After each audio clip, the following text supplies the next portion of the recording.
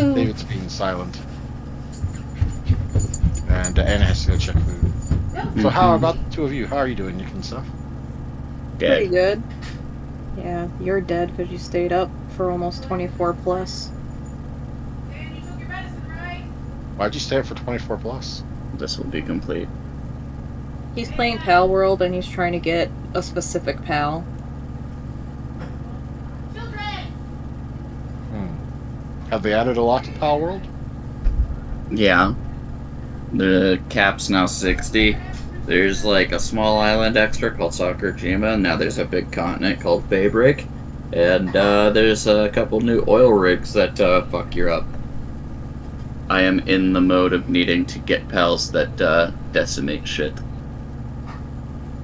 Yeah. Maybe I should go give it a try at some point. In any case, we will begin once the others return, and once David starts speaking. Is he being silent?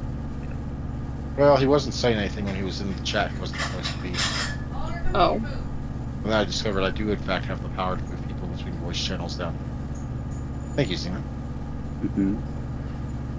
I just saw Anna was on and I didn't look at the chat until you mentioned it. I was like, we oh. were just getting some boring mechanical details out of the way, like ritual learning and one of the rituals she's performing over the course of the entire month. Yeah. Things. I'm seeing flickers of green from David. There we go. I figured it out. My mic was set to my Oculus headset for some reason, and my headphones and all. I couldn't hear nothing. What were you Oculusing earlier?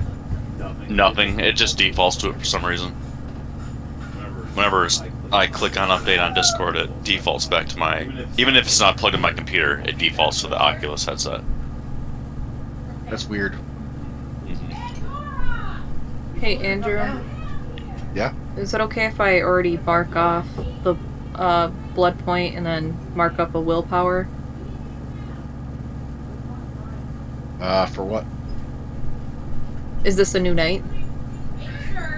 Oh, this is a whole month is passing by. This is a time skip. We can assume that we're fed. Yeah, we will worry about what willpower points and what blood you're at. Like, next session, just assume that your willpower is full or nearly full because of how many nights are passing. Okay, I forgot this was a month time skip. Yep, this is the longest time skip we've done. Woo! In fact, its length is longer than the entire campaign thus far, assuming we don't count when y'all got when the oldest two of you got sired.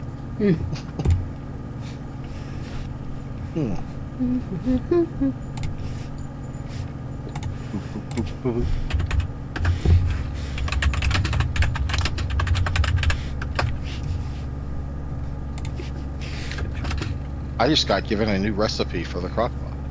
Only it involves pasta, and I'm supposed to be avoiding pasta, even though I love pasta. Pasta is the best. Hell yeah.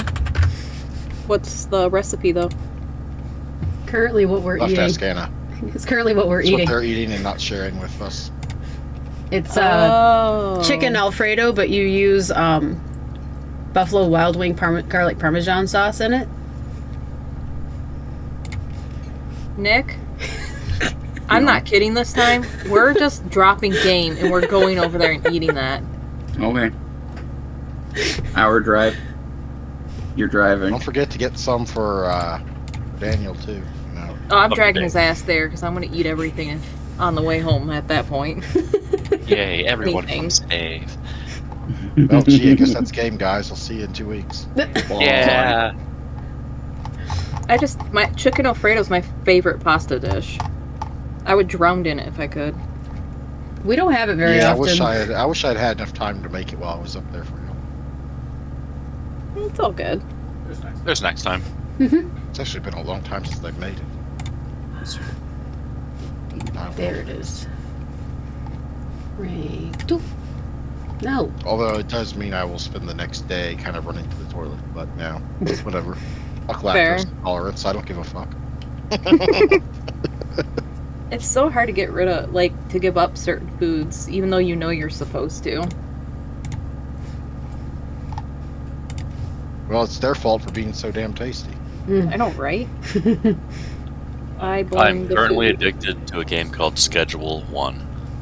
What's that about? You just sell drugs. All right. I'm game. Where can I buy some? Oh, wait, I meant sell some. Both. And then another one called Drive Beyond Horizons, but it got taken off the Steam store the first day it got released because someone said that Oh my god. one of their soundtracks was already a song that was being stolen. So now they're fighting. Even though they didn't steal it, they released all their like music tracks that they made and the files showing that they made it. Weird. So now they just have to wait for Steam to verify it again. Quite strange. Yes, Nick. In any case, assuming y'all aren't. Jesus Christ. Really?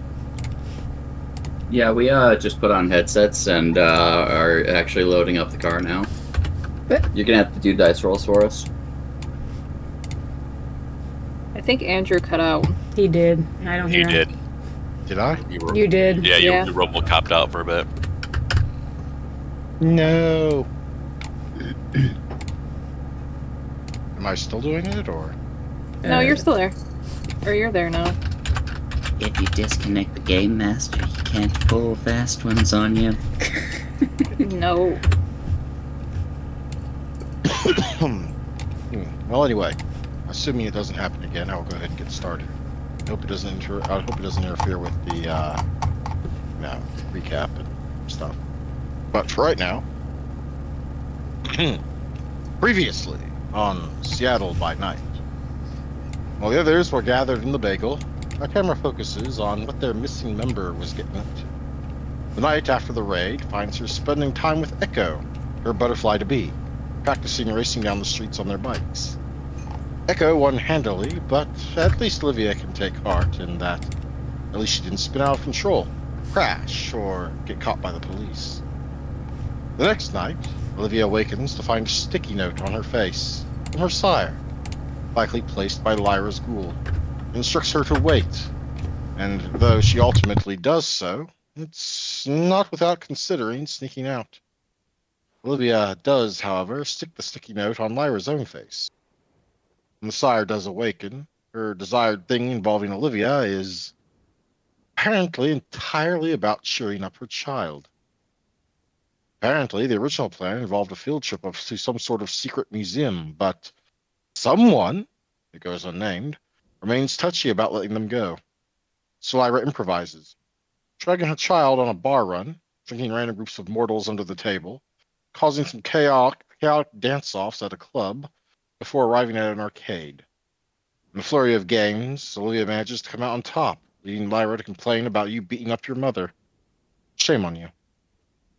Unfortunately, the fun is brought to an end, as someone entering the building causes Lyra to freeze, before saying that the two of you need to go.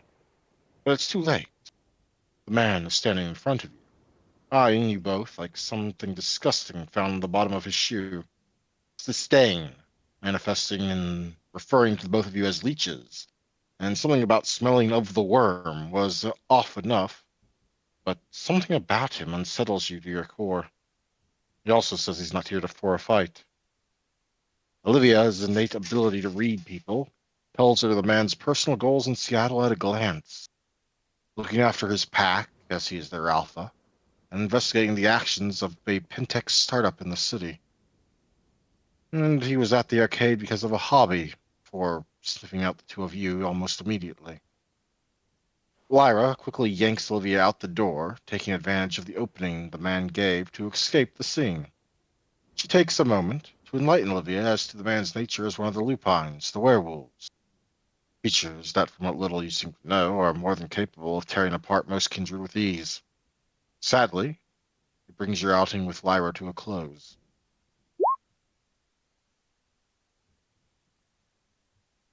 Back at the bagel, Ashley is still riding Cloud 9.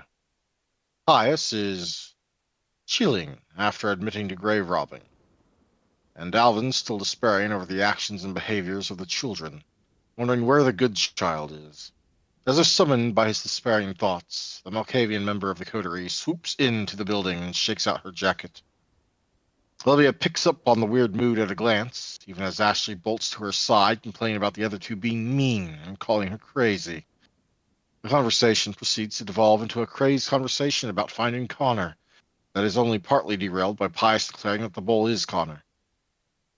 Eventually, the conversation turns to what else the other three have got up to while Olivia was gone, which includes Pius going on quite the spiel about the quality of Alvin Sire's ass cheeks, up to and including wanting to start a farm with those ass cheeks, to plow the fields, so to speak.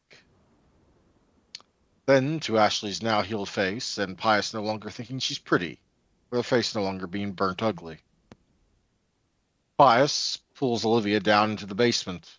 The duo proceeds to obfuscate as each other, like ugly, misshapen versions of each other, in the most crudely broad strokes of the other's normal appearance, and then try to convince the others to open the door, while Alvin and Ashley wonder at what they are up to. When they enter into the room, Alvin's exasperation peaks, and Ashley focuses on staying in a good mood, and remarks that if she doesn't, she's going to use her new fireball. This, of course, prompts Den Mother to begin a fire safety lecture.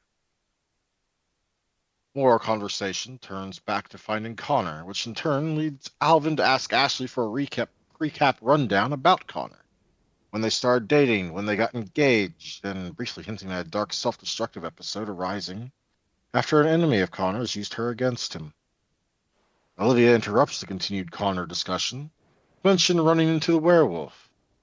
Well, surprise, Alvin does caution her against going looking for the lupine. Talk eventually turns to filling off in the room, and one of the child of Malkav's voices lays the blame at the foot of the necromancer. This, of course, leads the others to fill Olivia in on Pius's recent explorations and occult endeavors. And for a moment, Olivia is left wondering, that just maybe, is she the sane one? In fact, in her mind, the only one not doing crazy things is Den Mother Dearest. Ashley is quick, however, to bring up the subject of toes Alvin may be stepping on, prompting conversation towards shifting territories, Waif's warning, and Alvin's sire, Arthur Wayman's own warning, or maybe it was a threat.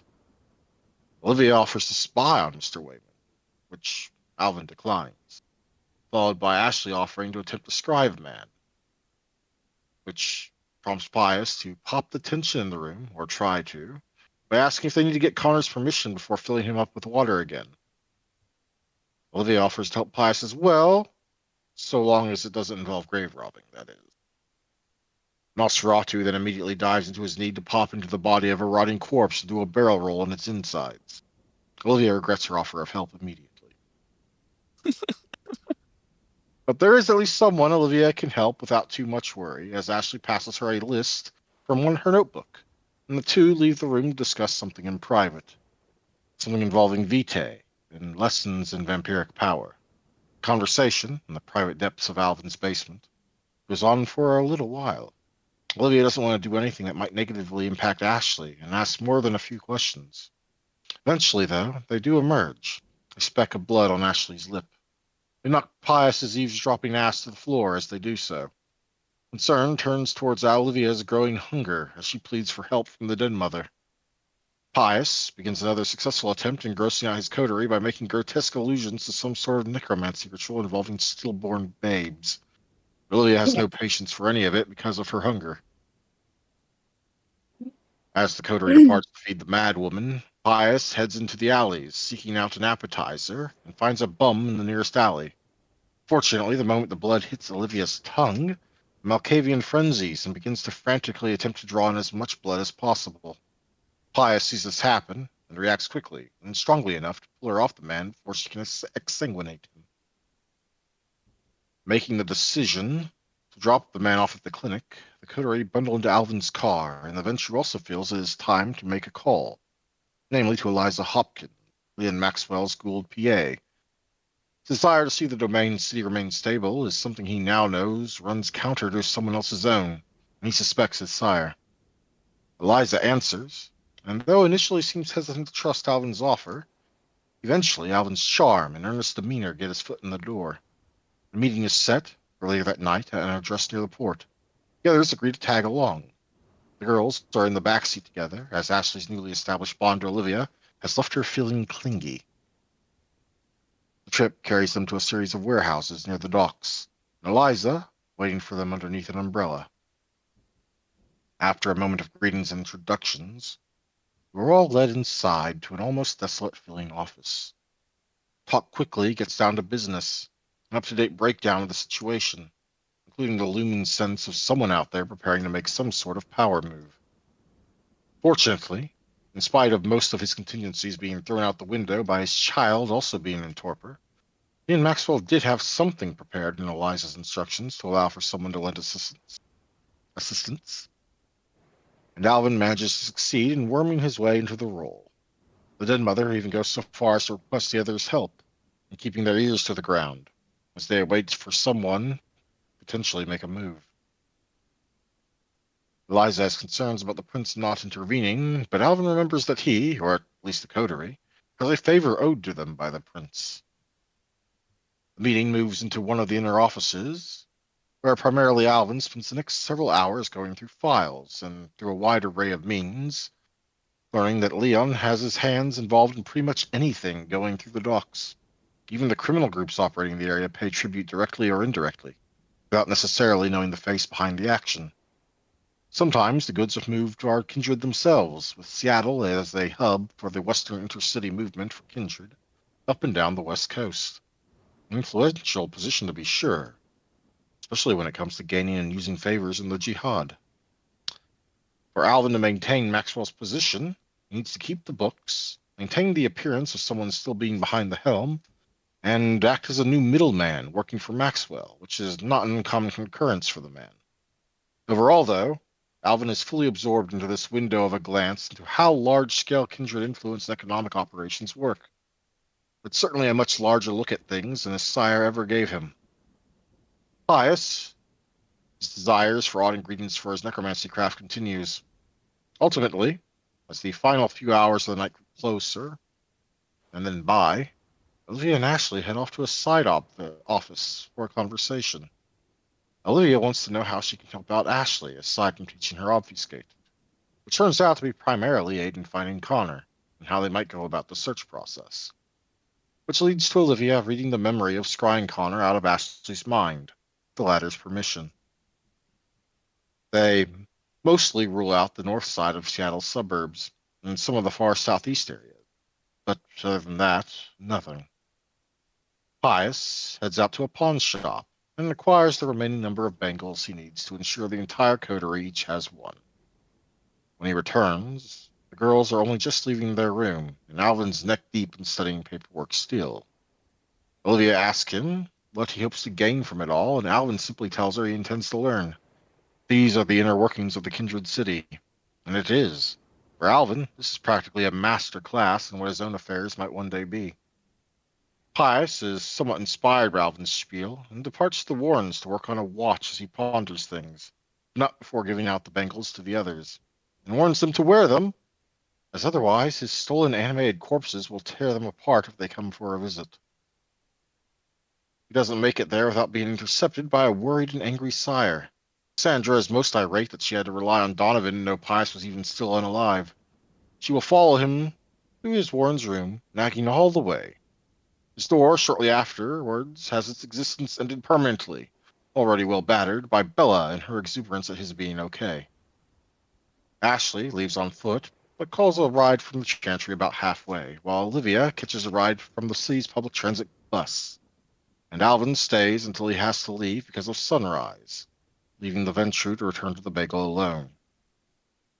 And with that, rather lengthy recap, we move on to our interludes,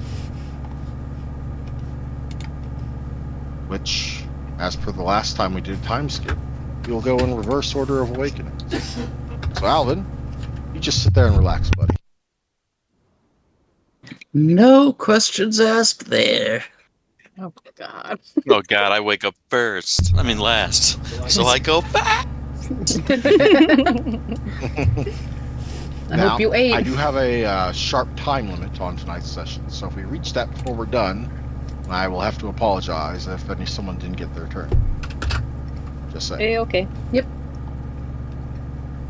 I'm fully down to do a little private edition later at some point. During the week. A little private edition. Preferably with someone that can do recordings, because I don't want to lose it just because it didn't get during the main session. Ooh, ooh, ooh. And it's recorded.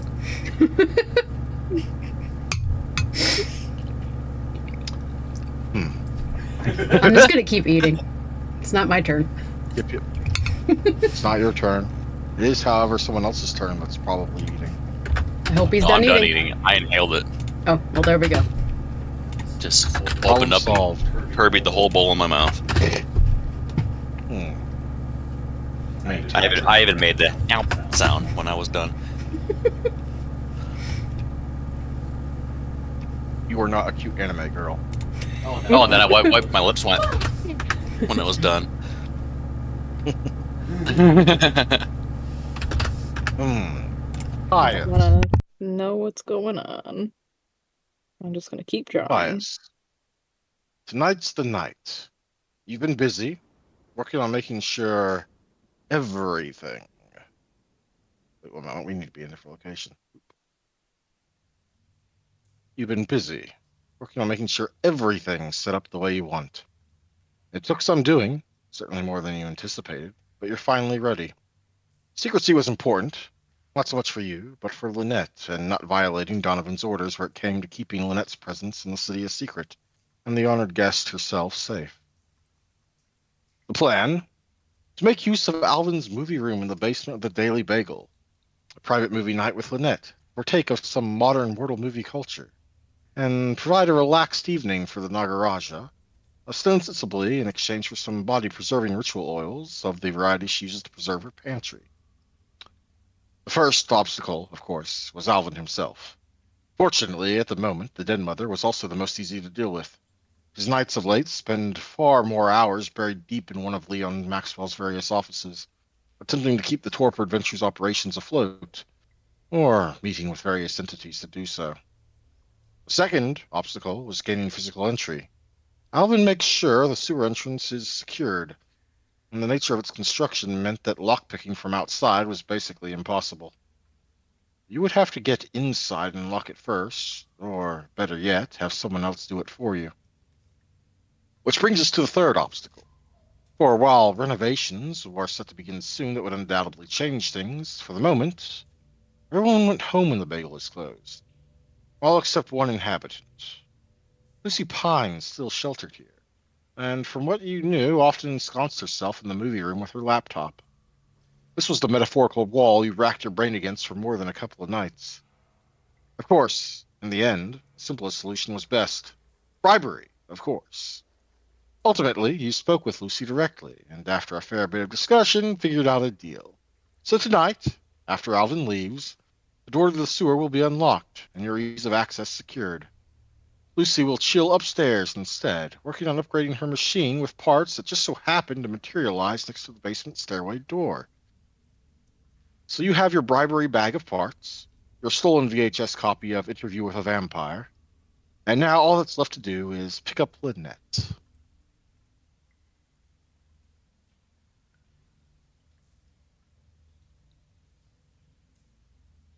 So we find Pius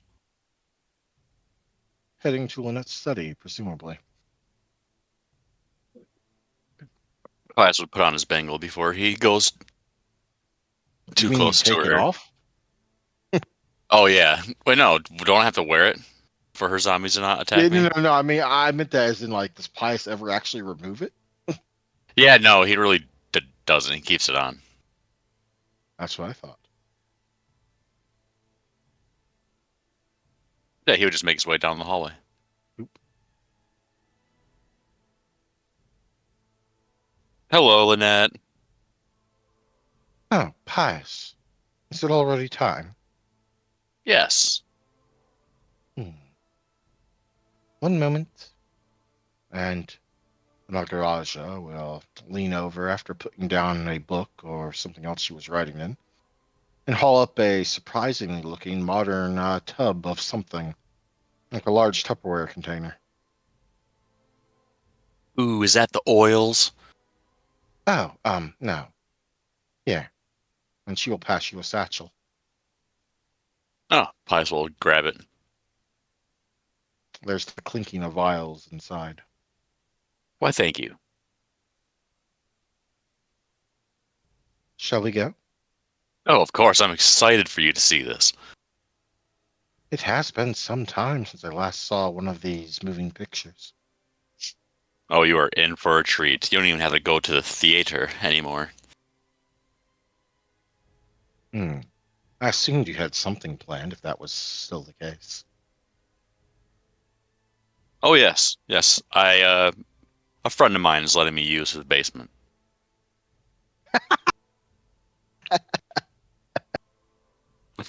Out of character, you were absolutely letting you use his basement is a very strong way of saying we're sneaking in. I mean, if he asked, you know. Oh, oh I no. set it up. This is a No, he has challenge right not. here.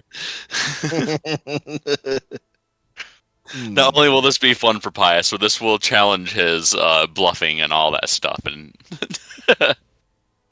to make this happen. Well, you've already set up all the things you need to make it happen. Yes, true. Thankfully. So, not much else, not much flair. The two of you make your long walk through the sewers. You carrying a satchel, along with the bag of parts, and her carrying her little tub. So what's the tub about? Hmm? Oh, I thought movie snacks were something of a tradition. Yes? Like Oh, popcorn. yes. Of But I course. can't eat popcorn. Well, if it tastes good They're, to you, then that's good for me. they're more for me than you, but I suppose you could try, though I don't think your teeth are quite ready for it. My my teeth starts pointing, and his fingertips had his fangs. Mm, yes, they're sharp, but mm, not quite the same as mine. Mm, now that sounds cool.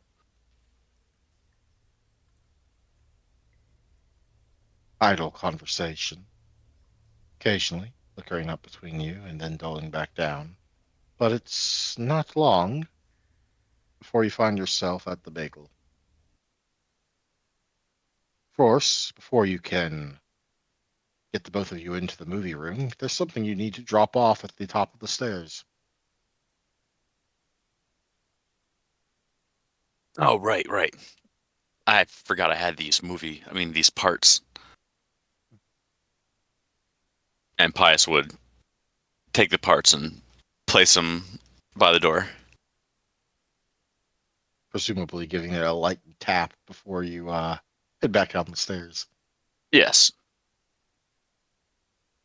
The door upstairs only opens after you have had time to make your way elsewhere.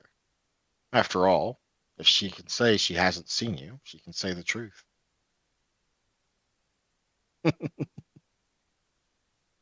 Hmm. That leaves the both of you in Alvin's movie room with your copy of Interview with a Vampire, which released last year. Pius would take. And Is there a couch down there and a oh table? yeah, there's a couch, there's some bean bags, I believe, and some All right. chairs. He's gonna grab the table and the couch and a blanket and make a fort over it and lay down on his belly and be like, "This is how you really watch a movie." So he goes into his Is fort. it? She will attempt to emulate you, though her normal manner of attire makes it somewhat difficult.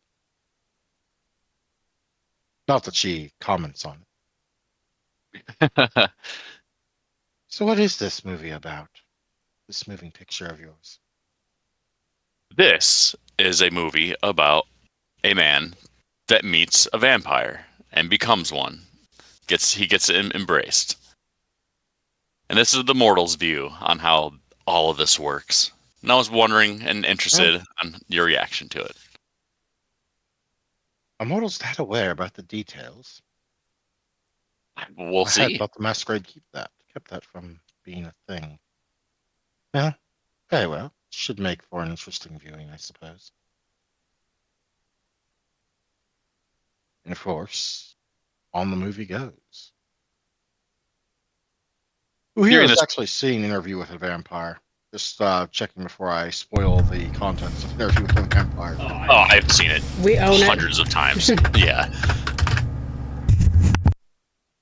I would imagine that means Anna's seen it at least a few times. She has. Yeah, we own the movie. So, Steph, Nick, Interview with a Vampire, 1994. You seen it? Yep, that was the first time I saw a pair of tits Hell yeah. in elementary.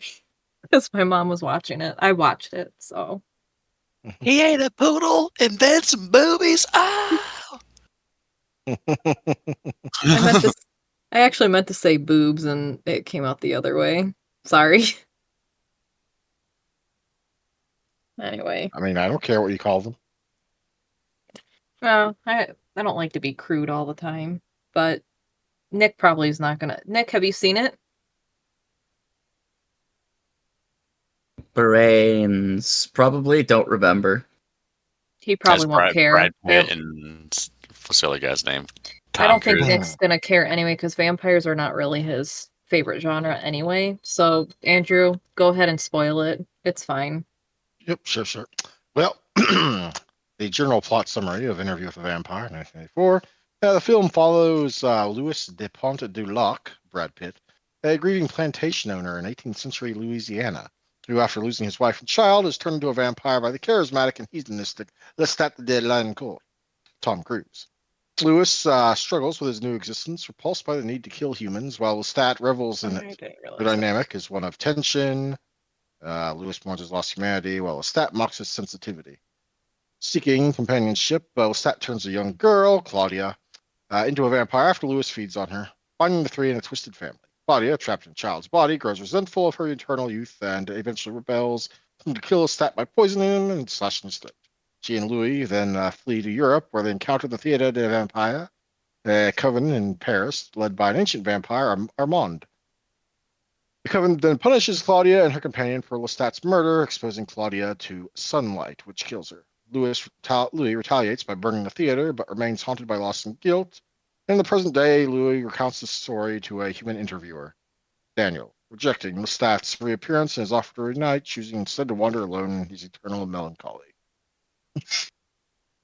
That about right? Yeah. Out of character, I haven't seen it, but I had to look it up because it's the one. It's the one that I got you. Well, now you gotta watch it. Good. I had actually intended to watch it, but I ran out of time, so no. I had to go with the summary. Oh well.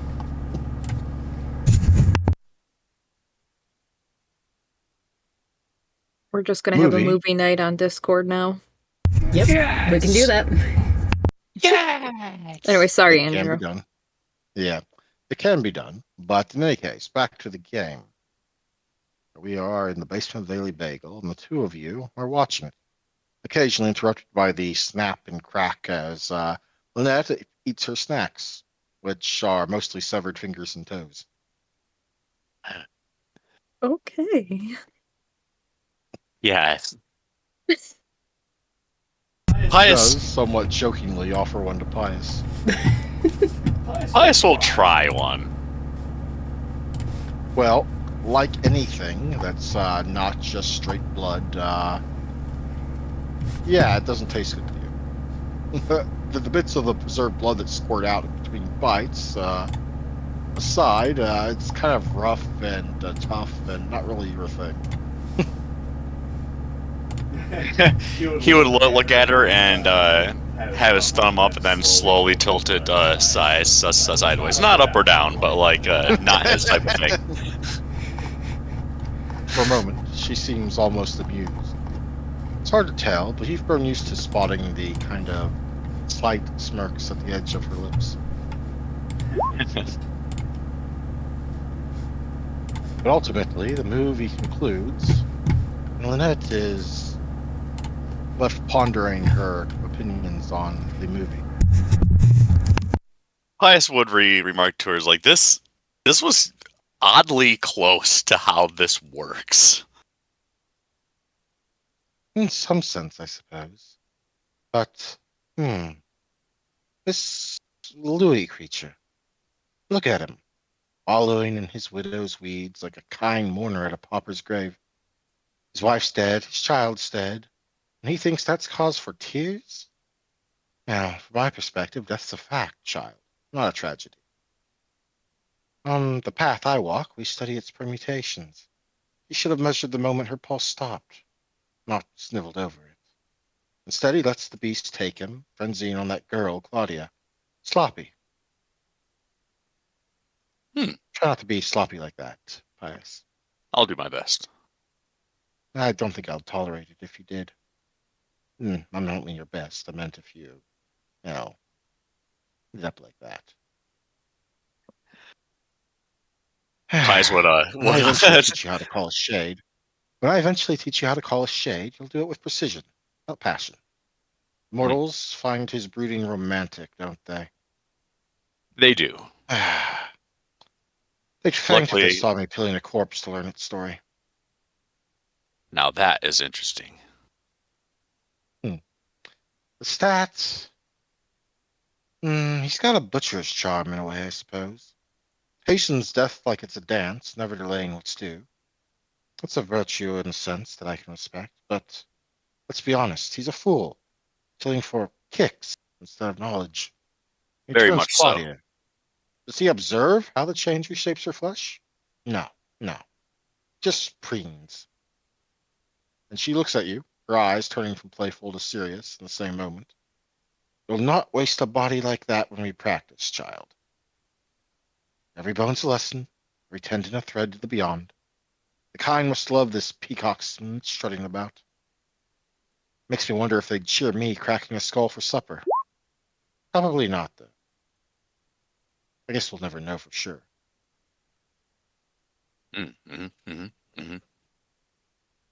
Claudia, I think she's the real curiosity here.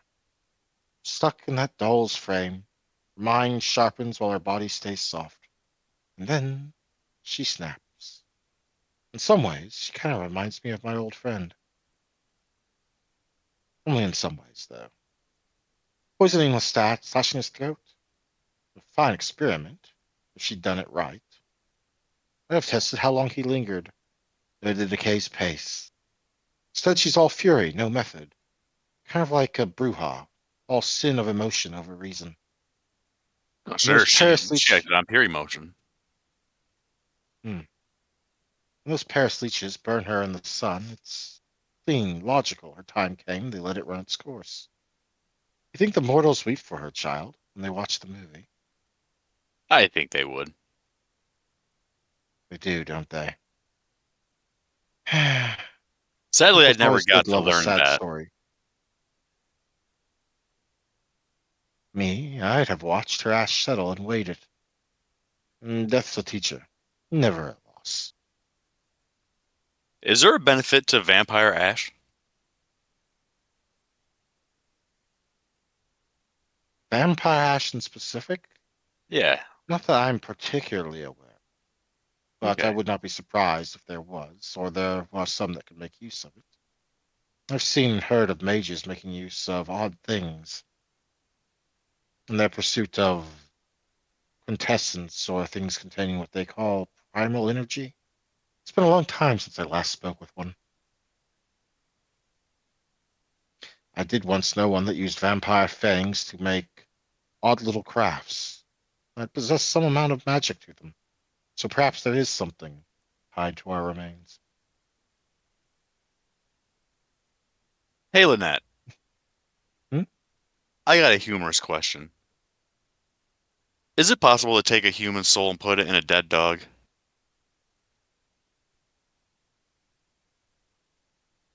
You mean the soul of a living human, or or a wraith? Either or. Potentially, but You would need some manner to control the soul, and your studies have not advanced that far. You favored playing with the dead corpses over learning how to control those already dead. She says there's no hint of, being critical of you in that. She's just stating the facts. Um, yeah, I kind of like playing with the cycle of life and death. It's fun. Hmm. It's like a clock. Only this one I can turn back the time. You do like clocks. I've seen your collection. They're the one thing that's never given up on me, Mhm. and I won't give Yeah. up on it. Hmm. She looks back at the screen, which is still scrolling through credits.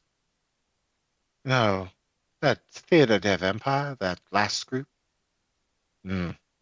Now there's a troupe playing at our game, staging death for the kind, studying its semiconductors. Clever little masquerade. They Yeah, it botched was. with their petty vengeance, killing Claudia for Lestat's crime, inconveniencing themselves over grudges so weak. In the path, we don't fuss over who delivers death, only what it reveals. I'd have let her scamper off with Louis, I think. Tracked her in from a distance. I think enough tragedy would have followed them that it would have made a fantastic study. Hmm. The mortals probably eat up this drama. Makes me think they balk at us, dissecting their heroes instead of avenging them. They fantasize about us. Do they? Of course. They masquerade as us on Halloween. They want to be us. All Hallows Eve? Sure. Who do you think Vlad Count Dracula is to the mortals? Just a man with fangs and a black cloak? No, no, no. He was a man that tortured one of the Dismishi into embracing him. Sure. But now he's become a joke. I'm pretty sure he's also dead now. Oh, yes. I never actually met him, but I did hear quite a bit about him during those centuries he was active. He had quite the sword, they say, one that drained knowledge from its victims in much the same way that, well, those are other matters. We won't talk about them. That In any also case, sounds cool. hmm, as for the finale, this Louis bearing his soul to that scribbler Daniel, absurd. And she would look at you. If you ever blabbed our secrets to a kind child, I'd have your tongue for study before the shades could claim it. He's chasing meaning in his misery where there's none to find. Split enough corpses to know there's no salvation in marrow, just matter. The mortals call this a tragedy, yes? Yes. Well, it's a farce. A dissection botched by sentiment. You brought me here for a laugh, I think, and I'll give you that. Kind think we're brooding poets, not scholars of the grave. Keep watching, though. You'll need a sharp mind for necromancy, not this mush. One night, you'll trade your humor for our truth, I think. Well, I hope. And perhaps we'll raise something together worth studying. Weren't you afraid of letting go of your humanity? I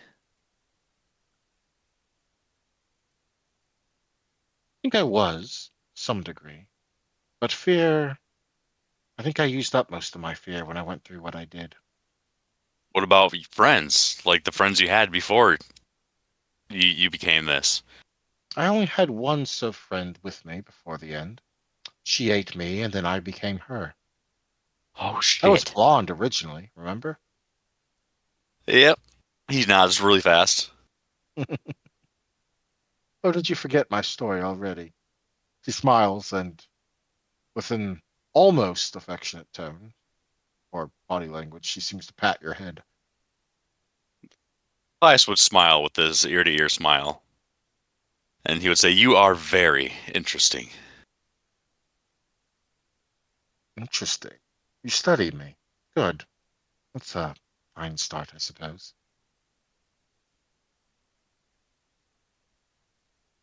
So now what do you want to do? Well, we have most of the night. Is there another movie you wish to watch, or shall we abscond elsewhere for our lesson? Yes, I want you to teach. Then where shall we go? Hmm.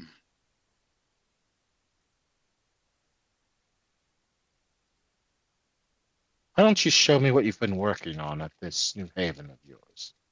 Ooh, yeah. You can. All right. Put this on. Oh wait.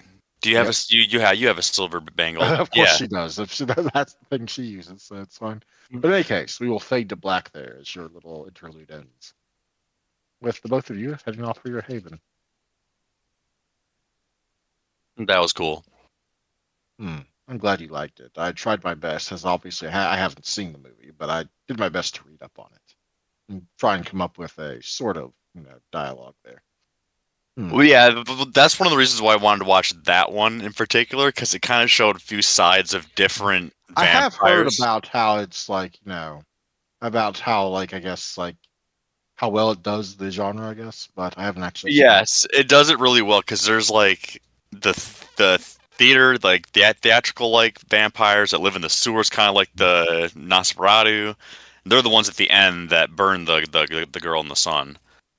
Mhm. Indeed. Still, our will across this time of a month wheels away from you and falls on the next.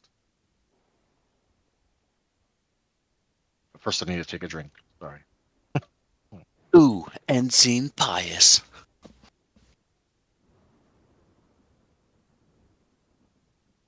Ashley,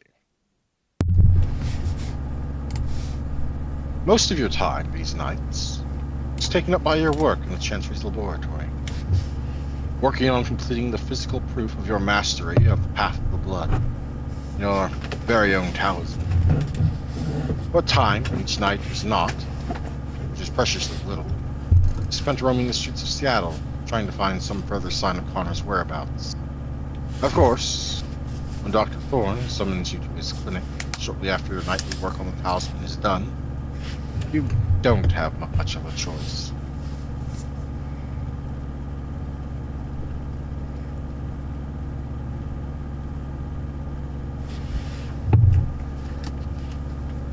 Of course, in his defense, it's not like you've told him what you've been doing with your free time that isn't consumed by ritual work, which is something you've been avoiding.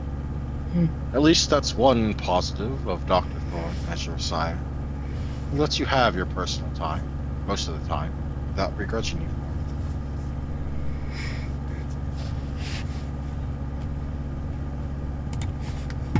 it. So here you are, in the basement clinic, albeit without a patient. And none should come tonight, discounting any random gunshot wounds, of course, according to your sire. On the table, in place of a patient, are blueprints. Blueprints of a house, one that's familiar to you. After all, the last time he interrupted your free time, you had been with Olivia and her sire, and her sire's expanded circle of Brujah friends. And he sent you to go take a look at this house, as part of psyching yourself up with a life. Manor and haven of the local branch of the clan Giovanni. Multiple notepads and stacks of sticky notes with writing utensils also sit alongside the blueprints. Some have bits of things already written, but most are blank and waiting to be used. Tonight, child, it's finally time that we start planning your endeavor properly. Sorry, I got interrupted. What was that? When did you stop listening? Right as Dr. Thorne was starting to speak. Which time? Like 30 seconds ago. Your tail end. Okay. Tonight, child, it's finally time that we start planning your endeavor properly. Finally. I'm getting kind of anxious. Yes. Well, this is hardly like me grabbing some spot shovelhead off the street to sate my appetite. This is far more serious. We must figure out what we know, what we need to know, and start plotting a general idea of how to go about achieving the objective What we know is that for the moment, only 2 members of Clan Giovanni are currently in the city. Though when the manor was first constructed and inhabited, for the last round of conflict was fought, it once housed as many as 6, with space left over. Furthermore, while most of their watchers are of the Wraithly variety, they do at least have one ghoul on hand at the property as well. A butler Shafir sort, I believe. Of the Giovanni present, you have, of course, your target, Lucio. A very nasty case of a man, competent in what he considers his craft, too. Other than that, currently there is only his child, Rocco Bellini. I have far less information on them, but they are relatively young, probably younger than you when it comes to the sunlight. And I don't expect them to be some sort of savant regarding the clan gifts, based on what we have seen. Then, of course, there are the wraiths. From what I've seen, I'd wager most of them lack any real strength, though there may be a couple capable of putting up a fight. It's more weight of numbers if they are more commanded to stop us than anything else. Those numbers are not inconsiderable.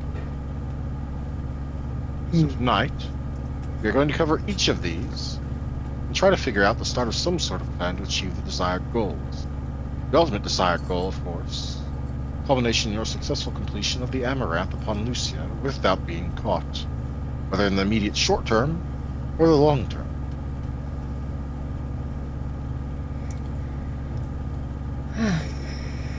There's a lot to go over.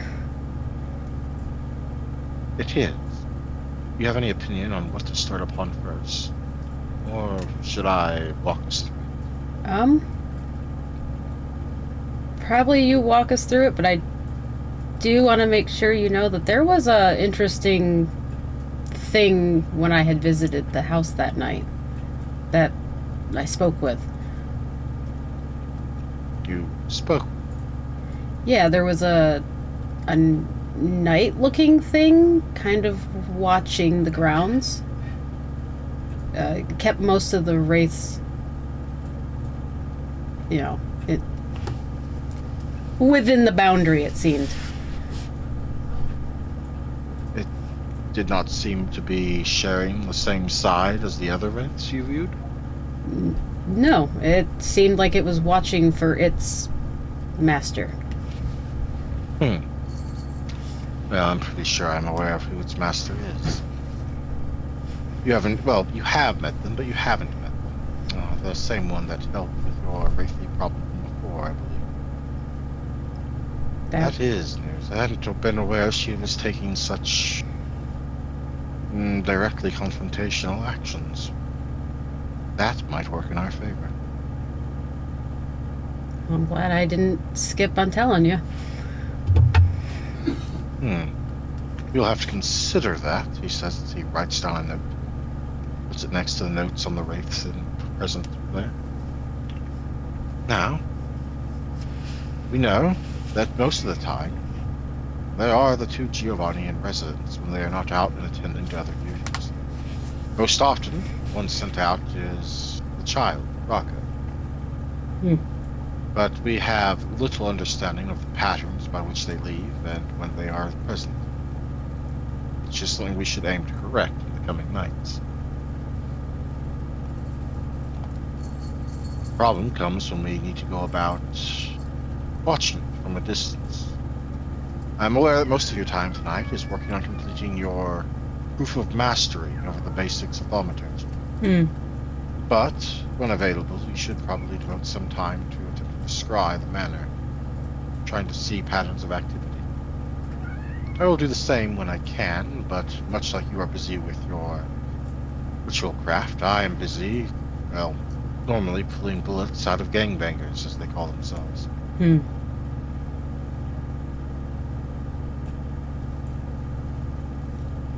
Yes, I will make sure I add that to my to-do list of scrying. God. You have a list of scrying? No matter. Yeah. I, too, was once very fond of using it frequently once I learned how. It is There's a certain it is fun to useful. watch people. I won't pry into your nightly habits. So you're out. at least so much as they do not interfere with our endeavor or with that.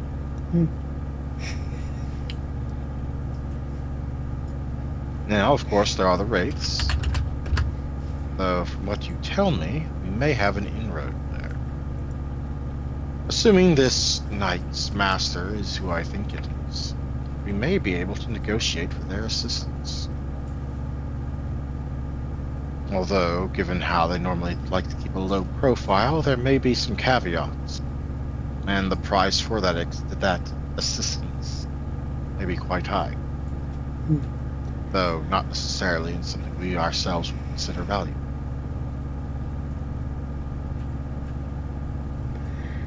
What? I will have to contact them and start working out a possible deal, and seeing what the limits of their aid might be. That's a task for me, child, and not for you.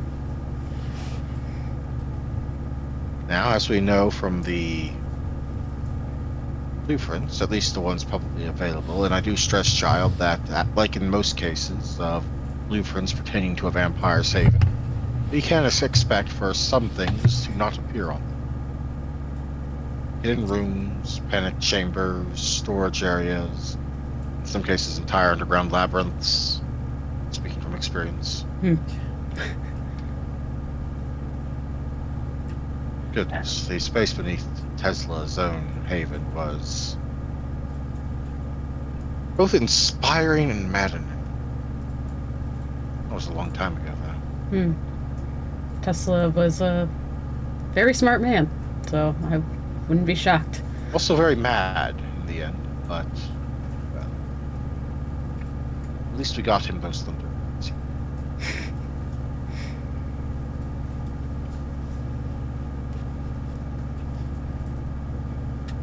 So we have the two greatest problems, namely, we probably do not want to be doing this while the child is present.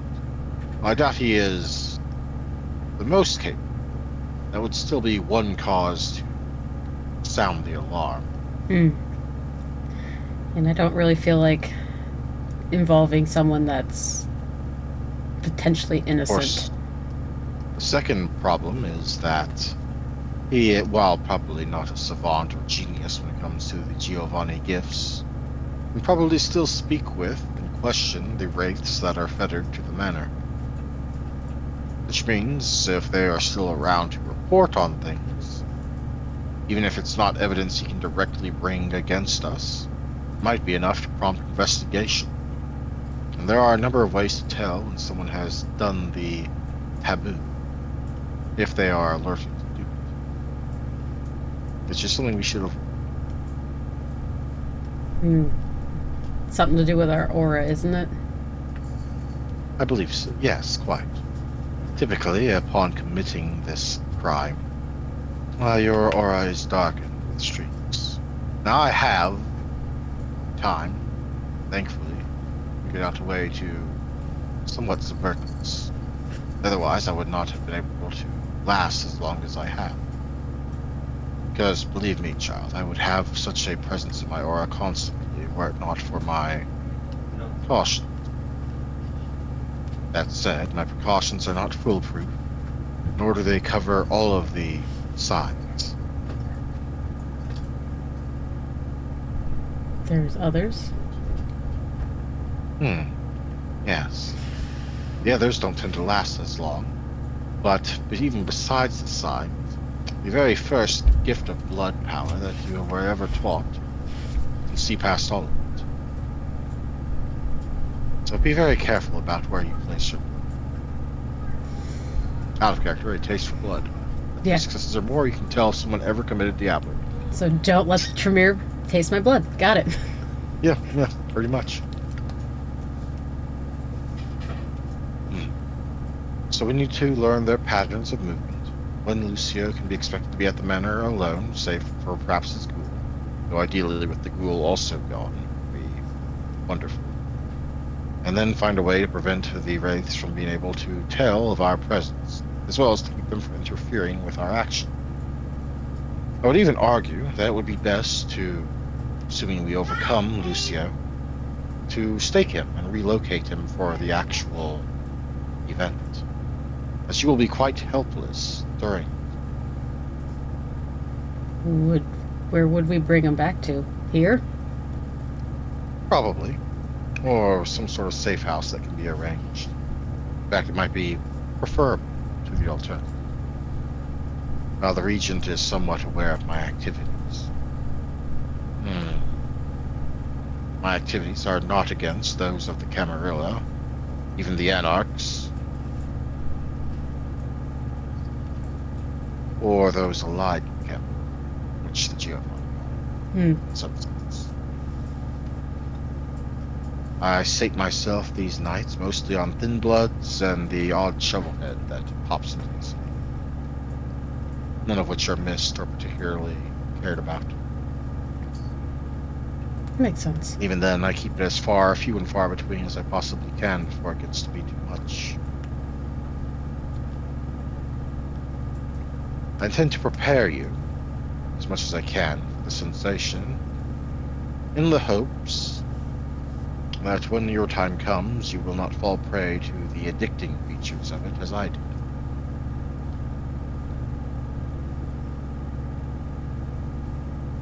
But there's only so much there.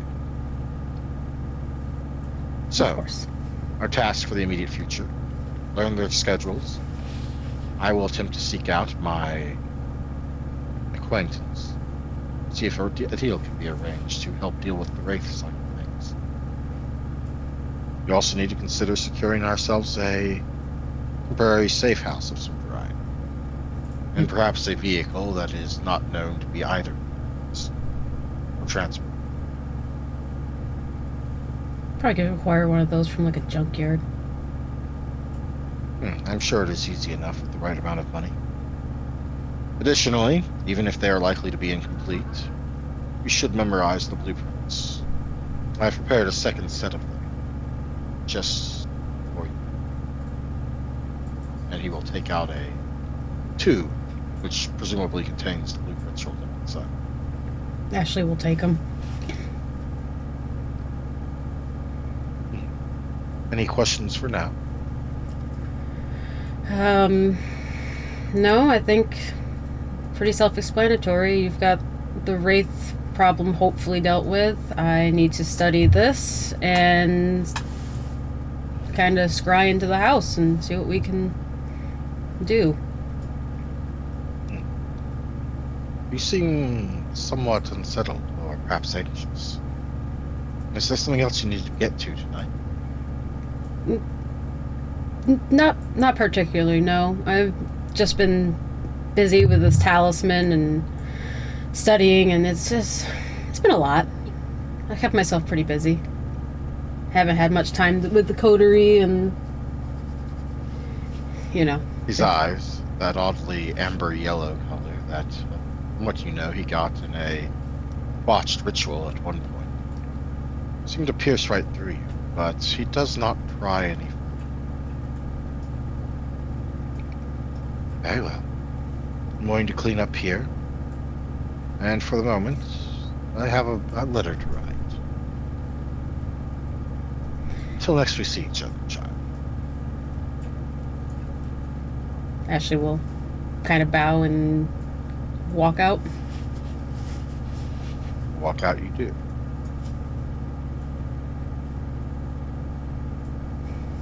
Which, of course, brings us to the end of this scene. But is there anything you want to state about Ashley's thoughts as before we go? Her thoughts are kind of just, they're all over the place. Like, she's anxious to get this done. She's nervous about how it's going to go and if she's going to succeed. She's in a state of being pulled in every direction right now. And not in a bad way, but she's just a little There's high a strung. lot on her plate. Yeah, she's And a little more high things strung. got added to it. Yep.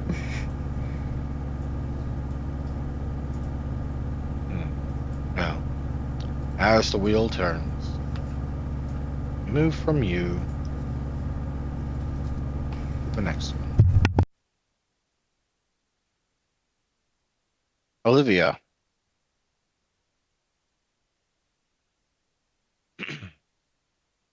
It was something that nagged at you since that night. The tension and fear you felt, even if more secondhand at seeing what Lyra felt, has followed your steps like a stalking shadow. You wanted to know more. You needed to, really. The voices were silent on this topic. Also, the other minds flitting to and fro along the great network. Some of them probably knew, but they weren't talking. The bastards. Leech and worm.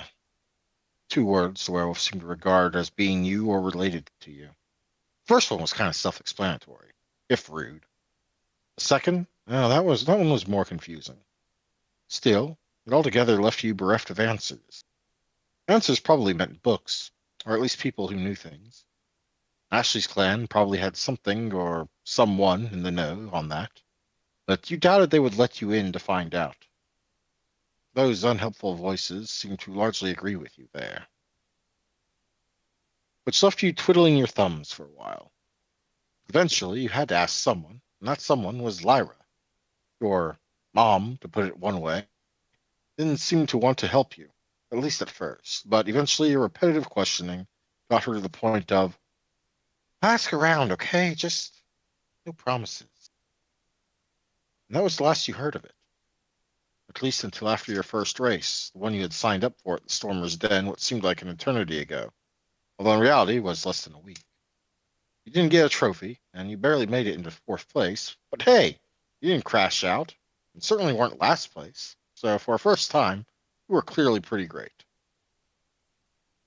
A high you were probably still riding when Lyra told you she found someone willing to teach you something regarding the werewolves, which is how you came to spend the second half of your night here, in one of the side rooms of the Devil's Footstool, with one Mr. Flowers. Hmm. So, you want to learn about the werewolves? He seems to state, rather than ask, as he sits down in front of you. 3 or 4 books that look more like journals, all stacked together and placed gently on the table between the two of you. Provided your endeavor is earnest, I suppose I can spare a night or two sharing what I've learned, heard, discovered over the past couple of decades. Knowledge is something I prize greatly, and sharing it can be rewarding, provided the pupil appreciates the effort.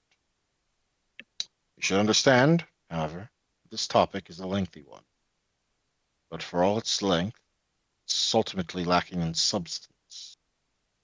For all the long apparent history of the supernatural, far too little is recorded in physical mediums, at least of times going farther back than the last couple of centuries. So shall we begin? Yeah, I'm what I'm welling. I'm ready. Welling, or willing, Willing and ready. I It's suppose welling that's up inside. sorry. You're okay. Hmm. Okay, well, let's begin. First, tell me what you know already. That apparently we smell like worms to them. That's really all. The only thing I really know about werewolves is from the fiction movies and novels written by them by humans, fantasy stuff. And I don't think those really count. His face is impassive in front of you. It's kind of hard to read him, really, but he's always been like that. Well, I suppose I should start by going over what is actually true. First and foremost, it's not worms, it's worm. And it's not that we are worms, it's that we smell of the worm. Capital W.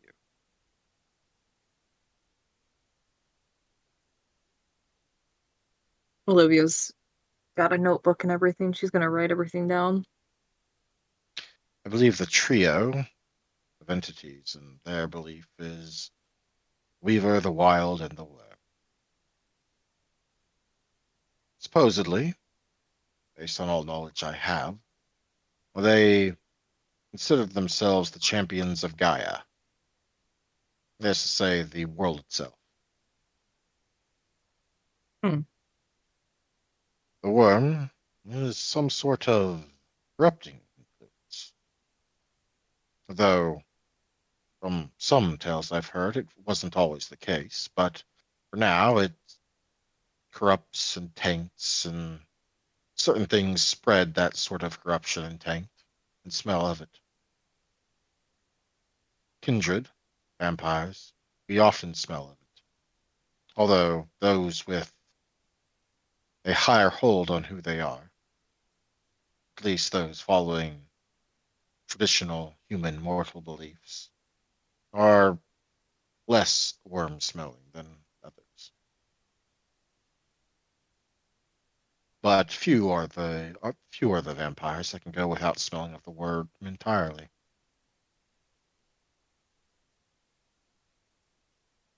Though I doubt it would stop a werewolf from tearing them apart. Their fixation on destroying the worm, or those that smell of it, is an odd one. From the outside looking in, you might even believe they are the heroes of the various supernatural entities that share our world. Looking closer, though, well, no, they're just monsters of a different sort. They would tear apart anything that smelled of the worm, even if that person might otherwise be considered innocent in the eyes of anyone else that knew them and everything they'd done. Like the caring matron at an orphanage. If they smelled of the worm, they would still kill her. On the other hand, a serial killer that did not smell of the worm would probably go unkilled, even if they viciously killed people night after night.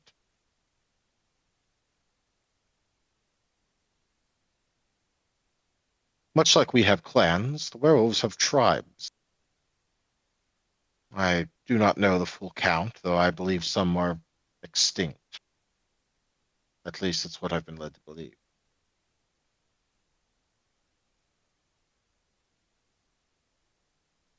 They have additional territories in much the same way that various clans are stronger in certain locales around the world, particularly in Europe, the Mediterranean, the Middle East, and so on. At least, well, on the vampire side of things, anyway. Werewolves, however, are a bit more global. And as you are no doubt aware, tend to keep to the rural areas, though with some exceptions. According to my notes, my findings, and those I've shared with others that are seeking to piece together the supernatural mystery of our world, there is actually a rather strong werewolf presence in Central Park, New York.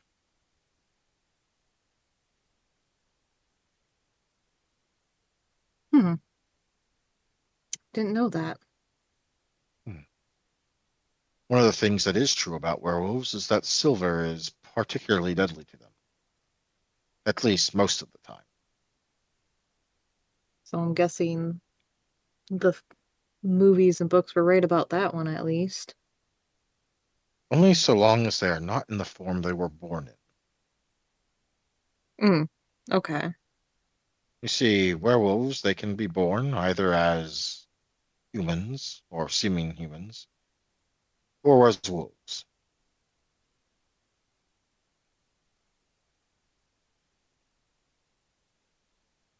Hmm. A wolf-born werewolf wouldn't treat silver as differently than any other sort of metal while they were in their wolf form, and a human-born werewolf wouldn't treat silver as different from any other sort of metal in human form. But they have five forms: the human and wolf forms, obviously, the terrifying war form that they are most well known for, the bipedal 9 foot tall killing machine, and another two forms that are between each of those three. One between the human and the war form, one between the war form and the wolf, which I have seen on one occasion. It was kind of like tales of direwolves from back long ago. Monstrously big wolves. Now, as to their feud with us, like I said, that goes back to us smelling of the worm and our apparently corrupting influence on things around us, at least from their vantage point. Werewolves also have a certain amount of supernatural powers themselves. Not disciplines like we are, but some sort of power or ability that they get passed down from spirits. Their belief structure is very shamanistic. Think Native American, but much more widespread. There are some tribes that were native to the Americas, at least two of them, which I know one by name, the Wendigo, but they are far more widespread. Most tales of the Amazons of ancient times harkens back to the tribe of the Black Furies, who it is said kill any male child born to them, werewolf or not.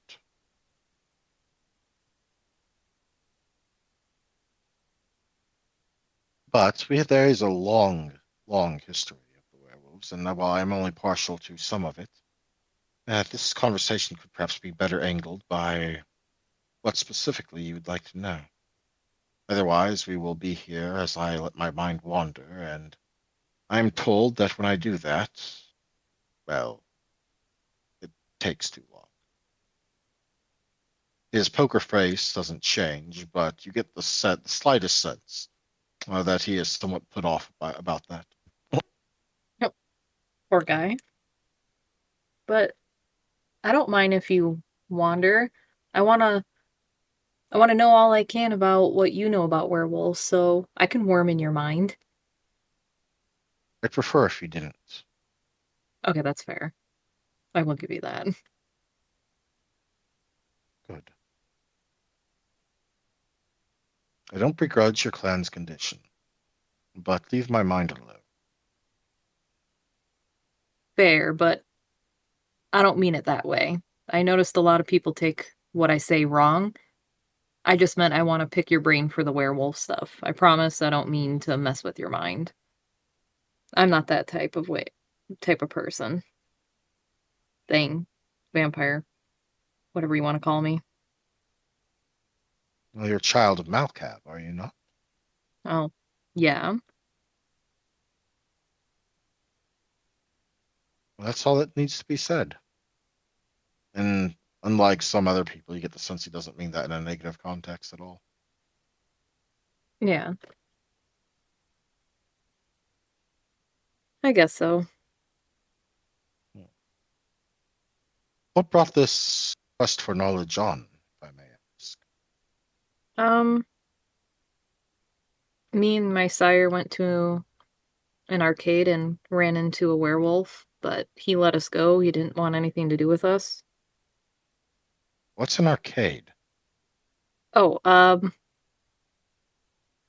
I don't know how to explain that. Um, it's like a public area where people gather to have fun with. Do you know anything about video games? Oh, Pong. Kinda. Yeah, except it's electronic. No, he's referring to Pong as in one of the first video games. Oh, okay. Okay, my brain I didn't think about that. I forgot about that. But yes, like Pong. I do believe I know what you're talking about.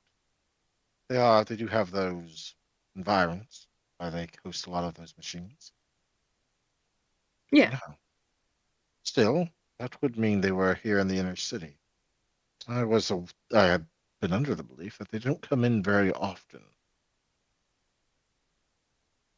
No, At least not to those oh, areas. he seemed a little gruff. Like he didn't want anything to do with anything or anybody except for whatever he was there for, which I assume is to play, hopefully, just games. Even werewolves need to let off steam. True. And trust me, such a hobby is better than the normal way they do things. What's the normal Hmm. way? Well, werewolves are creatures of simmering rage. They are very easily angered, even more than that of my clan. Their equivalent of frenzies are not uncommon. Gotcha. So Out of note to character, self. werewolves don't have a blood pool. Out of character, werewolves don't have a blood pool. Instead, they have two pools, one of which is called rage. Okay. It's literally a mechanic. That's fair. Makes sense though. That sounds fun. Rage against the vampires. Yeah.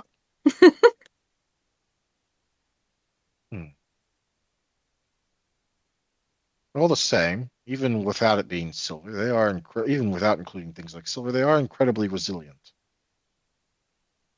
Even in their breed form, that form which they were born in, they have been known to be able to resist the effects of bullets as easily as we do. Hmm. And other dangers beside. So even if they are not in one of their other forms, do not think that that makes them weak. Just means they are not at their full level of danger. They gain immense strength and physical endurance when they shift their form. Out of character, mechanically, Rhino's form for werewolves gives them +4 strength and +3 stamina. Hmm. So even the weakest werewolf is quite a menace when they are in Krynos. Yeah. That's actually pretty cool. Thankfully, not all of their children are born werewolves. Most of them end up as kinfolk, and they're often protected, but also used in a manner that, depending on the tribe, ranges from well-treated ally to brood slave. Hmm.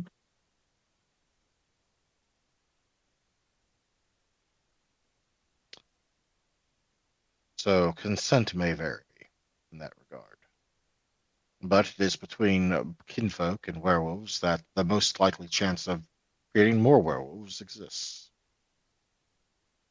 And kinfolk can obviously take the form of both regular wolves and people, depending.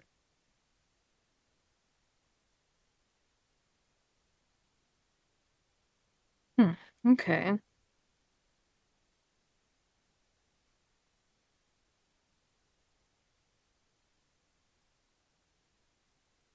Got a question.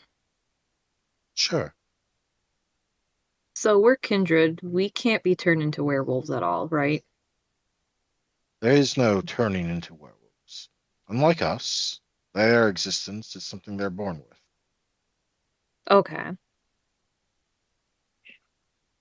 So don't need to worry about being a scary, furry, blood-sucking weirdo.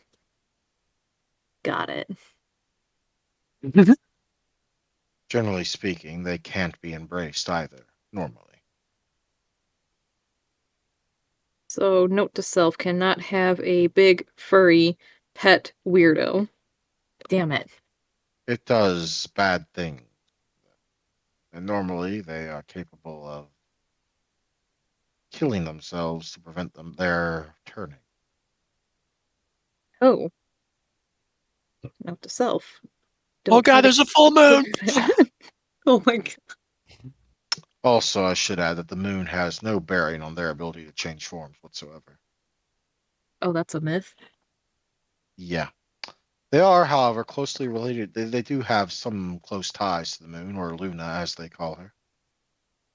Namely, I believe it has something to do with some aspect of who they are. There are different types of werewolves. I'm not talking about tribes, but different orientations is a wrong word, but the word they use is auspice. Which leads me to believe that, considering it's broken down by the type of moon phase, that it has something to do with the phase of moon they are born under, or perhaps first change under. It's a little unclear, without being able to ask one directly. Hmm. Too bad we can't ask, but I get why we can't. So, has there ever been any war with the werewolves in Seattle? There are ongoing conflicts and tensions with the werewolves all over. But if you mean like a concerted offensive in Seattle, not in recent memory. Okay. Though occasionally, one year or another year, you might hear of one kindred going missing that wandered too close to the edge of the city. But that's about it. I would highly advise you against trying to fight a werewolf, at least as you are. Yeah, no thanks. With the way Lyra kind of stepped back from that, I think I'm okay with not wanting to commit suicide. Good. Well, let's move on to other topics. And that is where we are going to pan forward because we only have so much time tonight. I'm sorry. That's fair. No, that's fair. It was Which, still nice to see that character, though. I believe you have met him 3 times now. Yep. That's why I didn't ask for cold read, because I was like, I Your know we've first met time him. was at the Grand Assembly, long Yep. time ago, where you used to cold read on Lucio. Yep. In any case, Alvin, hope you enjoyed your break.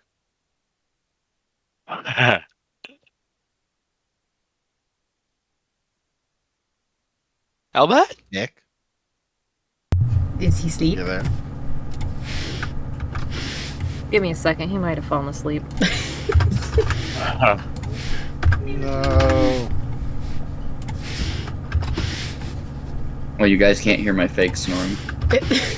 No, we couldn't. Nope. What? They came back here for no reason? I was sitting here like just fake snoring and going. Yeah, I think your mic either didn't pick it up or you were. Alright.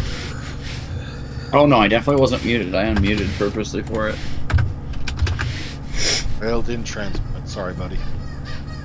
Lame. Going back Lame to sleep. indeed. Well, it's your interlude time. You can wait till after you're done to go back to sleep. All right, we got a 5-minute speed run then. We will see. Alvin. Well, that was badly timed off. To say your nights of late have been busy would be a most grandiose understatement. It's not just in keeping your fellow ventures afloat, it's also learning about them, at least to what your access allows, and how to keep them afloat, while at the same time doing so much to keep your own head above water. Or doing so enough to keep your own head above water. Not counting the day's sleep, you've spent more time in Maxwell's various domains than in your own of late. And at your side, practically a second shadow, is Eliza Hopkins.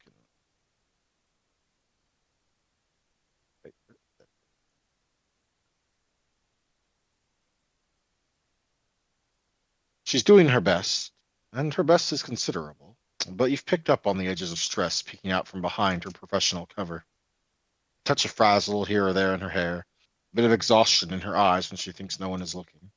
But all in all, she hides it well. At least she hasn't hit the withdrawal phase yet, though you know the longer time goes on, the more likely it is to appear. She's only been a ghoul for 5 years, so it's not like she's going to age overnight. And any aging that does happen will undoubtedly be reversed, provided Maxwell awakens within a month or so. Her apparent relationship to Maxwell clearly isn't the same, almost laid-back nature of yours with Kyle, but it doesn't appear altogether unfeeling either. She's a consummate professional, normally, you expect. Right now, she's clinging to the same life raft you've thrown yourself upon from the safety of your boat. It's barely been a week since you started, but already evidence of moves against Leon's structured power base are apparent. One of the mortal gangs to the north, the Northwater Syndicate, a mostly Russian-American group that's in his web of influence, has been reporting attacks against them by at least two separate rival groups, the Ash Street Collective and the Belltown Reapers, that previously had something of a peaceful relationship with the Syndicate. And to the south, one anarch coterie Maxwell had long used as a line of communication and trade with their community has been suffering setbacks and happenings that seem too organized to be happenstance, having to relocate their haven after the building was condemned with little warning from the city's government. They're trying to fight it with what influence they have and have called in for one of the favors Maxwell apparently owes them, or to help, but right now it's tied up in the mortal bureaucracy. But neither of those problems is the one you're dealing with right now. According to Eliza, tonight marks an important in-person exchange Maxwell was supposed to make. In person. Something in a locked briefcase, Eliza is adamant, is not allowed to be opened for something else. And based on the portion of information you have access to and what you studied of the older Ventures notations, something he considered very important.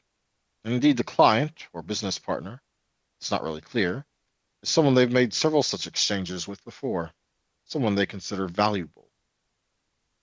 It won't be the first time you stood in for Maxwell, but it will be the first time you've done so for someone reasonably expecting to see the other man in person. Which is why you find yourself standing in an alley next to an unremarkable black car, holding a locked briefcase, while Eliza stands next to you, holding up an umbrella against the relentless nighttime drizzle that regularly kicks up in the evening. And with her free hand is fretting over inconsequential, possibly entirely non-existent details about your clothes, listing off imaginary specks, smoothing and non-existent wrinkles, that sort of thing. I just hope this goes well. I'm sure it will. Especially if they're in the know of how things have been going, things should be more pleased to see that business will be able to go on as usual, or at least as usual as it can be. Hmm. They're yeah, it's kind of hard to explain, but they're in the know, but not in the know. In the know enough to probably understand that sometimes the boss is away for some time, I hope so. or possibly understanding the recent scuffles and skirmishes that the city's been seeing. Perhaps. She continues fretting about your clothes. You do know that these are usually, tailor clean daily, right? Um, oh, sorry. I'm just, she steps half a step away, but not far enough that you'd be out from under the umbrella. You're all right, Miss Hopkins. Don't need to fret around me. As you say. Not long after that, another car starts pulling down the other end of the alley, before stopping about halfway down. Driver stepping out before walking around to open one of the rear doors, an umbrella of their own in one hand, to a in one hand. The other reaches down and helps a passenger out, revealing a young woman whom he initially tries to escort in your direction, but is stopped and going by body language, directed to wait in the car as the woman takes the umbrella and carries it herself, a satchel in her other hand.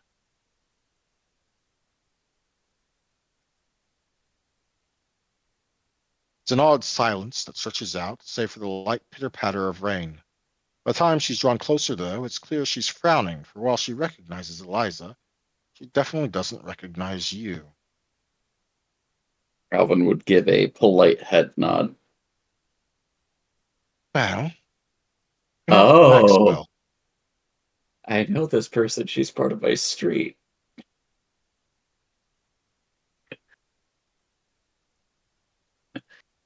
At least I think the art is. Yep. Wait a You will second. note that there is She both a Cassie Green and a Cassie. Uh-huh.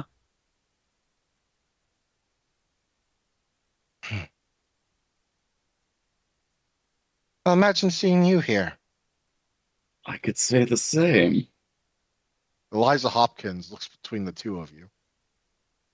And back to back first to Cassie, and then back to you. And then back to I'm sorry, do you two know each other? Yes, indeed. We happen to be business associates.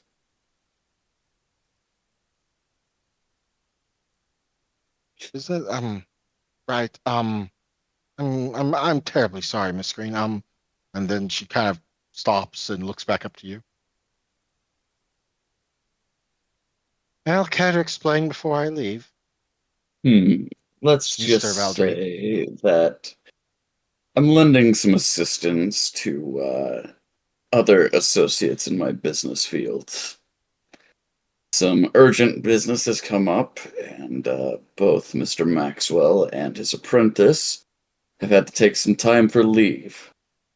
Just trying to make sure the boat stays afloat, as it were. Yep.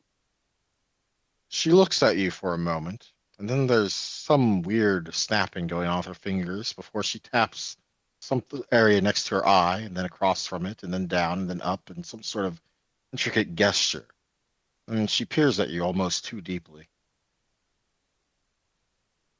Holy fuck, how did I miss that? Hmm. I'm asking myself the Great. same question. Well, nice to know that the head of our new neighborhood organization is a vampire. Wonderful. And it seems that our local nail salonist is a mage. Well, at least you're not just good for your looks. Hmm. Could say the same for you. But we have dealings that you seem to be deemed as utmost of important. He kind of holds the locked briefcase. Hmm. Well, I assume this is going to get to Mr. Maxwell. Of You know, I'll be course. asking about him when he next shows up. As I said, my intention is to keep things as they are. I like to keep the peace of the area. You should know. Hmm. Perhaps at some point you and I can have a chat over coffee or the like. I'll bring my own. Thank you. That Of sounds like a course. date. Kicking myself now. I fucking met with you in the fucking bagel with no preparations whatsoever. Like a fucking novice. I wouldn't beat yourself up too much. Again, I mean to keep the peace. I'm not here to stir the pot or dominate people willy-nilly.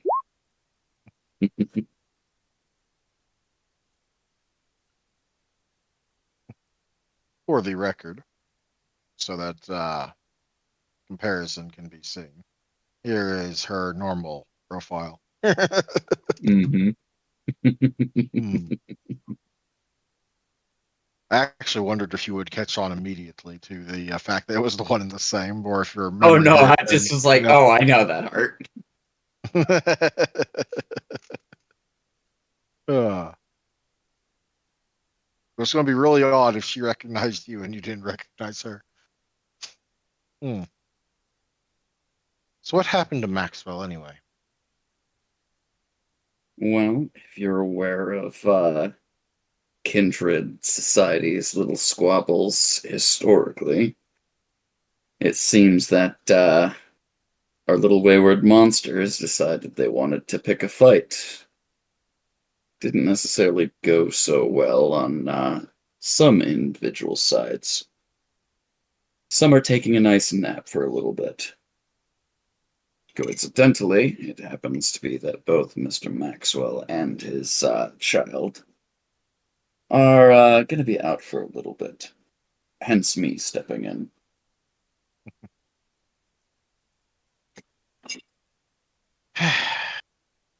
Well, that sucks. This means we're going to have Yes. to delay my next exchange. We Well, were supposed to talk about it tonight, but no offense. Not exactly sure how keen on details you're available to be. Well, Miss Hopkins, how do you think the performance has been going so far? Your masquerade or filling in for Mr. Maxwell? Filling in. Well, provided when I get back to my vehicle and I open what's in that briefcase, it's all there. Oh, I was I talking to Miss suppose it would be. Hopkins. Oh. Oh, I you're was talking effect- to Miss Hobbs. Yes, I was basically like poking Eliza for like well, how has Alvin's performance been so far as kind of a like, Um, um, presentery for Miss Green.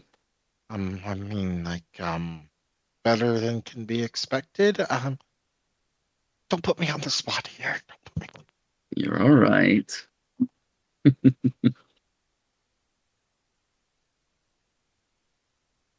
What do I do? What do I do?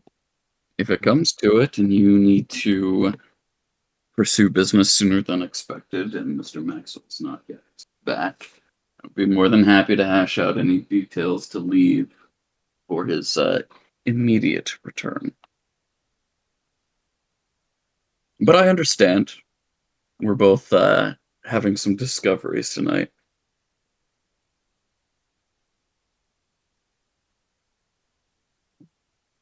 I am also moving Cassie into a new folder away from the street. Fair enough. Specifically, the mage folder. Oop.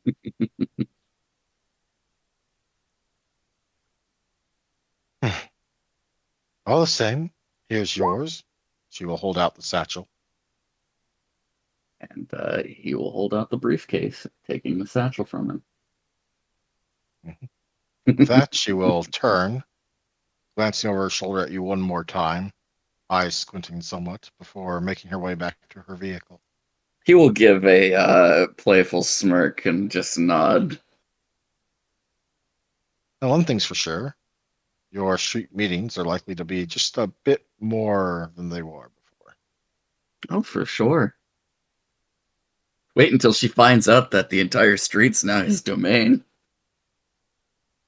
On the vampire side of things, she will remind you.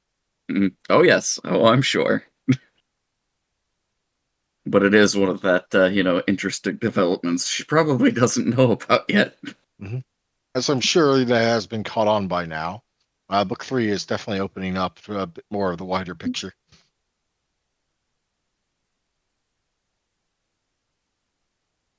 Hmm. There's a whole world of supernatural out there beyond vampires. Although, obviously, we're still focusing on vampires. Alvin would kind of look to Liza and go, so about how long has she been a client? Mm. I believe their first dealings, at least that I'm allowed to share, began 4 years ago. Hmm. Shortly But they after have been my... frequent. Okay.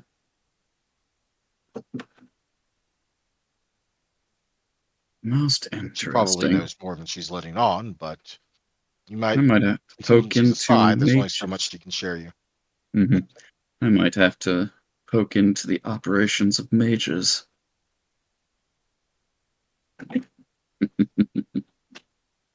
And as an explanation, she happens to operate a business on the same street that my domain covers. Oh, right. Oh, I feel like such an idiot. You shouldn't. As everyone is currently learning tonight, there's all sorts of surprises to be known.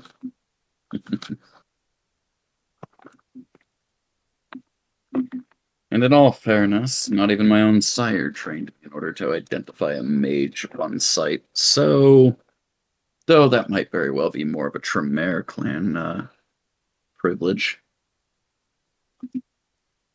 Well, I wouldn't know either way. And I've been told it's best not to go prying into the affairs of the local chantry. That is a good thing to keep in mind, yeah. Well, plenty of fires to put out. Shall we get to it? We shall.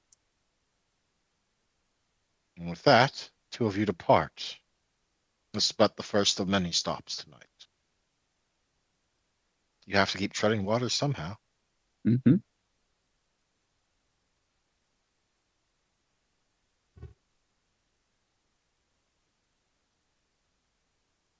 Which, of course, brings us wheeling and dealing back around to where we started. Pius, I hope you're ready. Yes.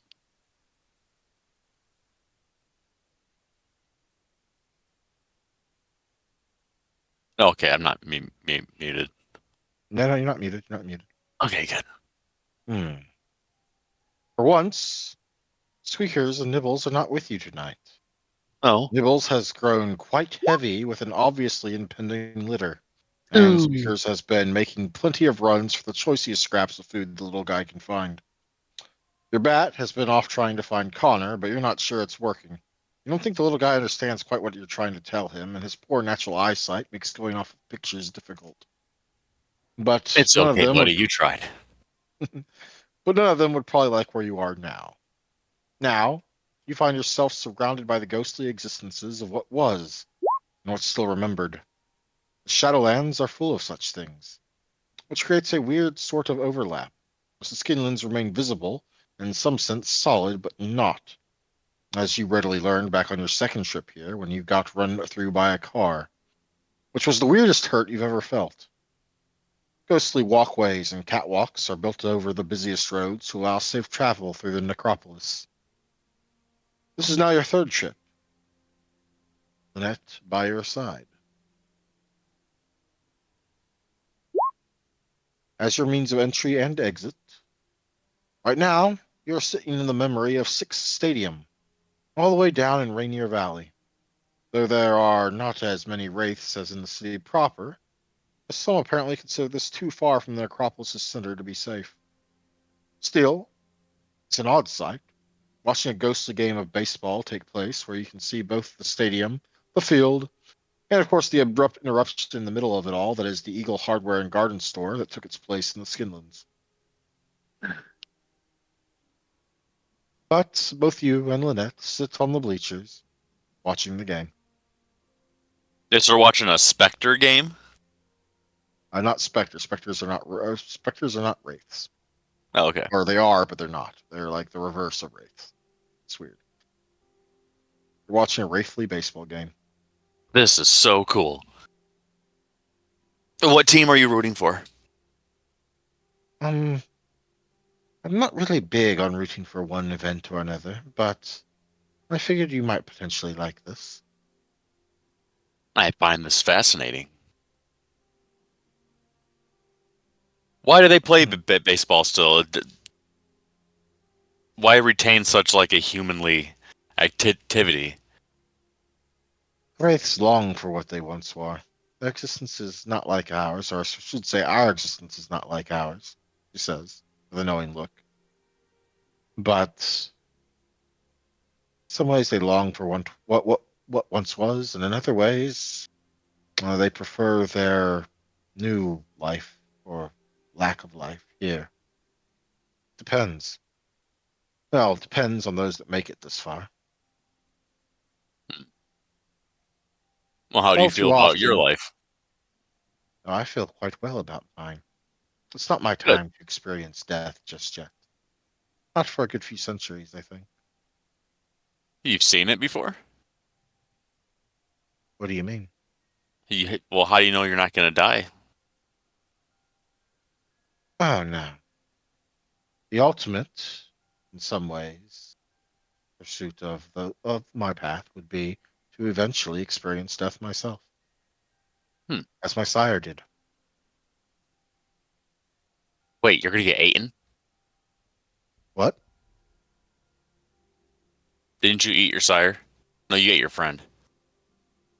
I hate my friend, yes. Yeah. Never mind. Although, in some sense, you're not far off. Are you going to eat me? What? No, Sorry. no. Oh, okay. How would I eat you? Pious, let his guard down. You're gonna eat me? You're going to eat me? You got it wrong, Pius. You're gonna eat her. No! Well, if that did happen, it would be centuries from now. Well removed from the course of this campaign. Hmm. Mm. Hmm. Okay. I did eat my sire, though. You're not entirely wrong, though that was a weird connection to make. It was Now, at his why insistence, you see. why do you eat uh other vampires? Oh, right. You wouldn't know, would you? No. It's hard to believe you're so new at this. And I believe the common thing is not to teach new bloods about things. Mm. I'll leave it at that then. Yes, I would share with you, but I get the feeling that your sire might be upset with me if I did. So forgive me for not immediately illuminating the details. Mm-hmm. If you want to know, ask her. And if she says yes, well, or teach you herself, that's entirely her choice. Mm-hmm. I may be mentoring you, but I'm not so foolhardy or rude as to interrupt the sire-child bond. Yeah, I quite like this. I've never had this before. Hard to think there's a piece of me that still wants to run away and be alone. Run away and be alone? To what end? I just don't need it. The people things, the social stuff. But then again, I've been learning that sometimes it's nice.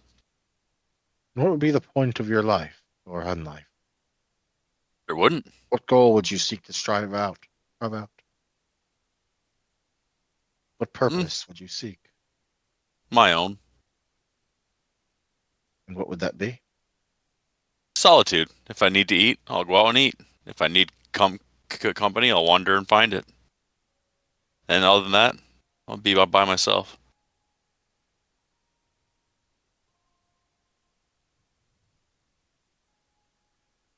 It's me and my family of animals. Hmm. Well, I hope for your sake that becoming a crazy rat lady is not your ultimate destination. It sounds comfy. You have barely even experienced our condition. I don't mean I'm to be insulting, but it's far, far too early for you to start being all melancholic. Like that one foolish vampire in the movie we watched the other night. sure. Let's just say I'm still shedding my humanity, and I didn't really have much of that when I was younger. You shed quite Hell, a lot of it already. I have. Her eyes, knowing but not judging, kind of lock into yours. Eh. Didn't have much to get rid of in the first place, but the few things that I did have, I kind of like don't really want to let that go yet. Hmm.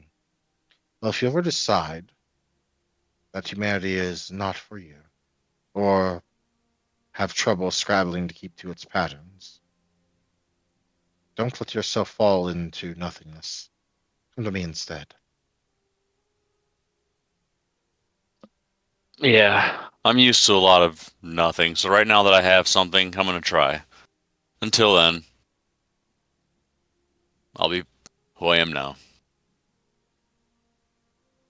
I've enjoyed having you as a student.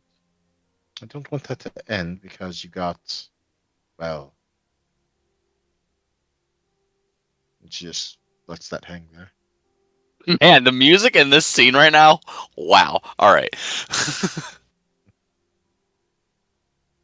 Class would So, kick the dirt on the ground and just like I kind of like this place. mhm. A ghostly ball goes whizzing past your head. Someone behind you, another wraith, or at least someone that thinks they're another wraith like you, catches it and starts to cheer, and there's a sort of commotion, but it largely passes the two of you by. Now, is this something that Pius can just go watch on his own, or does he need Lynette to do this? Well, you do have a ritual. I believe you haven't responded to me in the Warren section as I've been trying to piece together what rituals you have because apparently they weren't ever written down in one place. But one of them, if it's the one I think it is, does allow you to enter the Shadowlands. Unfortunately, the one you've picked takes you to a specific area in the Shadowlands with no immediate way back. So I was hoping to talk to you about maybe getting a homebrewed one that took you to the local area with a way back. Oh, the Enochian Yeah. passage. Yeah. There's also one where I can plunge a dagger into my chest into a body of water. That is Enochian Passage. Oh yeah. Okay, yep. Yeah, it just I mean, kind we're of going with throws a me homebrew into the version. shadow world. It doesn't just throw you in the shadow world; it throws you in the shadow world at a specific spot, which is far away from here, Oh, okay. and is guarded jealously by Elder and Methuselah vampires, Oh wow, that's cool. which will ultimately kill you Oh yeah. immediately. So that's why I said we should probably look at an alternative. In any case, the mood is both somber and entertaining at the same time. The one strong suit, or at least perhaps one of the strong suits of Lynette as a mentor, is you know that you can probably ask her anything, and she will at least take it seriously. Oh yeah, she's been Hmm. very blunt in a good way with all of her answers. Hmm. It lets Pius's like fantasies of like what he thinks is a vampire not really shoot them down, but narrow them straighter. Like make them more of a straighter thought. In some respects, I think you need to focus on broadening your studies a little more. You're, well, to put it one way, somewhat woefully under-equipped in the basics, but I have largely let you choose the direction of your studies, as I often do. Yeah, kind of wandered all over the place, huh? Hmm. Of course, there are things beside that you can learn. While necromancy is the ultimate expression of everything I believe in that sense, the study of death, careful, precise, accurate. Yes. As a kindred, there are other gifts you should consider learning beyond simply the next point of power, so to speak. I want I want to ultimately I want to try and make a zombie that can think and I can talk to and it'll talk back. That's easily enough done. But the problem is you will first need a wraith that obeys you. Mm. And I have to study for that, don't I? Yes, but you also have to actually find a fetter. Something And how, important belonging to someone that's passed on that also stuck around as a wraith. oh, like the dagger of the butcher. Possibly. Although I do believe the butcher was kindred when he died, and our, well, your kind tend not to linger about after death once they've been embraced. Damn. Out of character, that's why that one power of yours is harder to use on a kindred. The Thanatos. No, the one that where you punt a soul out of a body Oh, okay, to keep yeah. the body stable. I think the Thanatos Karis might be pretty useful if I can pull it off right. Perhaps.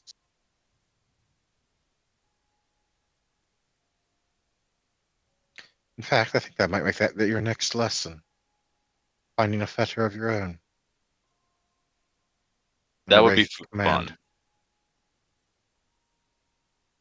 Fun, perhaps. I can certainly see someone taking enjoyment in it. But it will be an endeavor. I take it this wraith will know that it's going to be Out bound. of, well, they don't like being bound. You have to break them. Takes time. Expect them to be rebellious at first. Okay. But that will be for coming nights. Out Hmm. of character, Pius has acquired a side mission for Book 3. Yes. I'm excited. I'm gonna probably have him start learning with Lynette on his downtime. Oh yes, that would also be good because then you can start doing ritual learning like Ashley does. Yes. Learn additional rituals.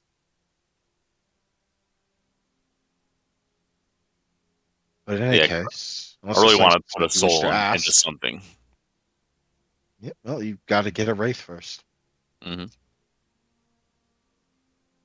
But in any case, we will wheel our way forward unless you have additional questions. Nope.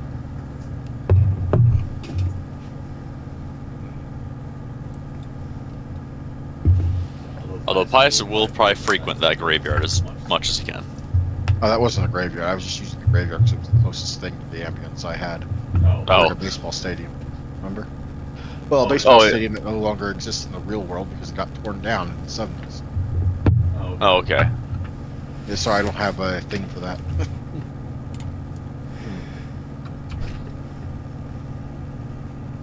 But the graveyard had the right atmosphere, I thought, so I went with that. Oh yeah, that was great. The music was hitting the spot. In any case, I'm going to go get a drink, and then we will continue and try and get things done in our last hour. Yeah. Because we got 3 more interludes to do before that's up, hopefully.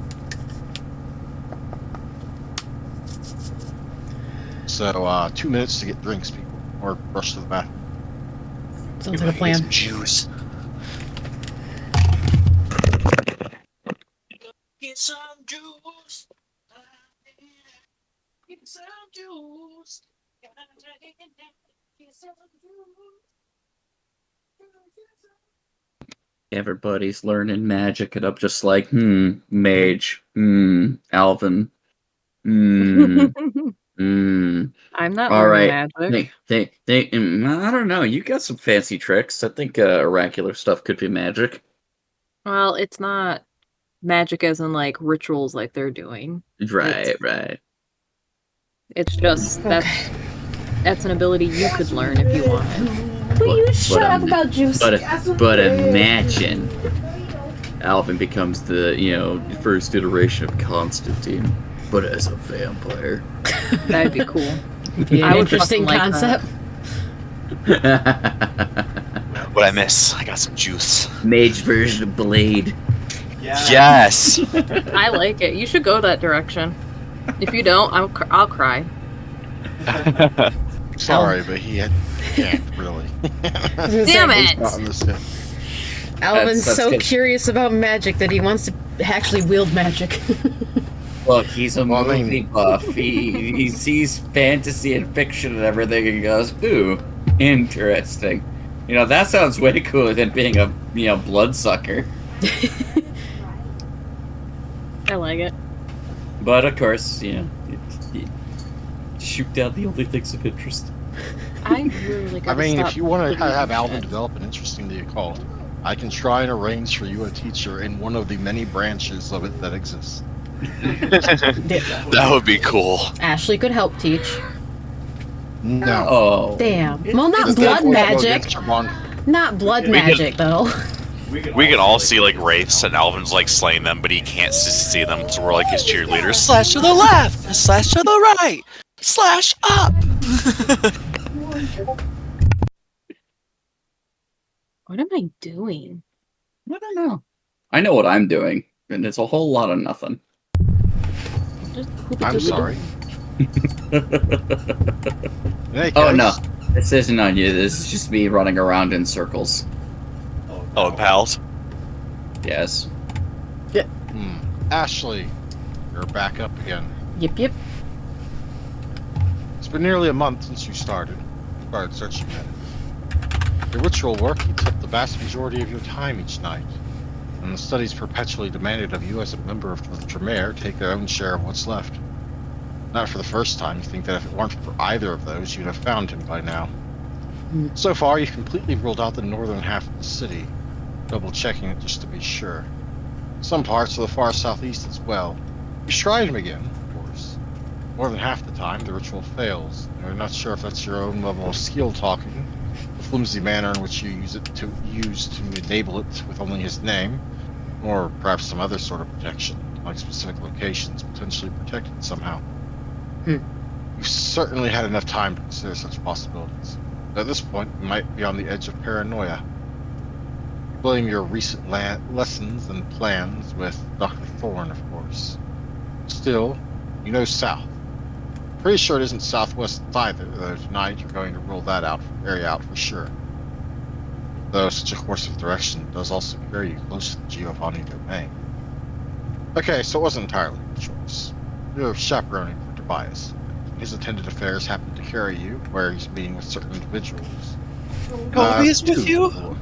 Of course, Toby's with me. You don't know who he's meeting, just that the regent approved it, and he just needs someone of the clan nearby in case something unexpected happens. Doesn't mean you can't use the time you wait for him proactively, of course, and these nights you'll take what you can get. But for now, you're in the car on the way to where you're dropping him off with young seeming Tobias Reynolds.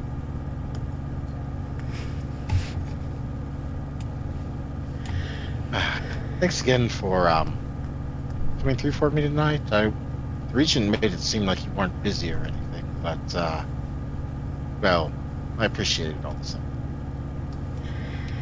Of course. I mean, the regent doesn't know my complete schedule, so I can't fault him for thinking I'm not busy. But for you, you're my responsibility.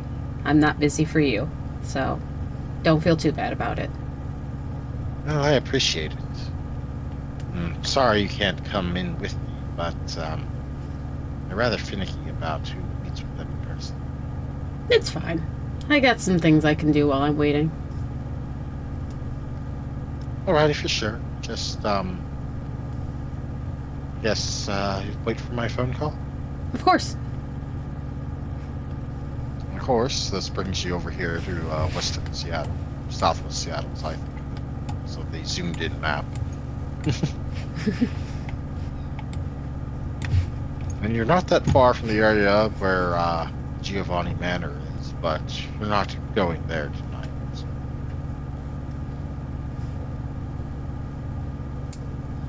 With Tobias dropped off, it's time for you to cover as much of this section of the city as possible. Make sure it doesn't match up with what you've seen.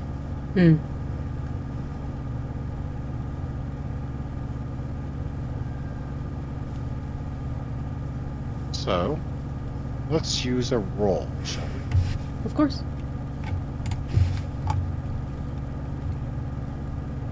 I will say either intelligence streetwise, or I suppose in some sense it's must drive.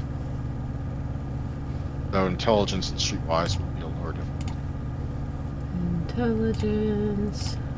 I don't even have streetwise, do I?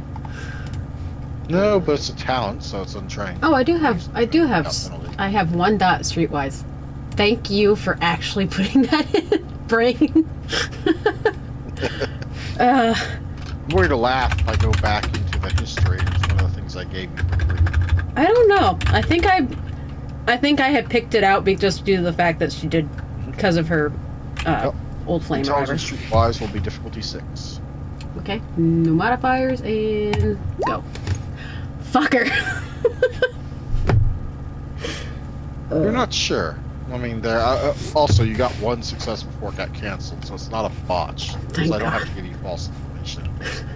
But you're not sure. There's so many parts of the city, and in some senses,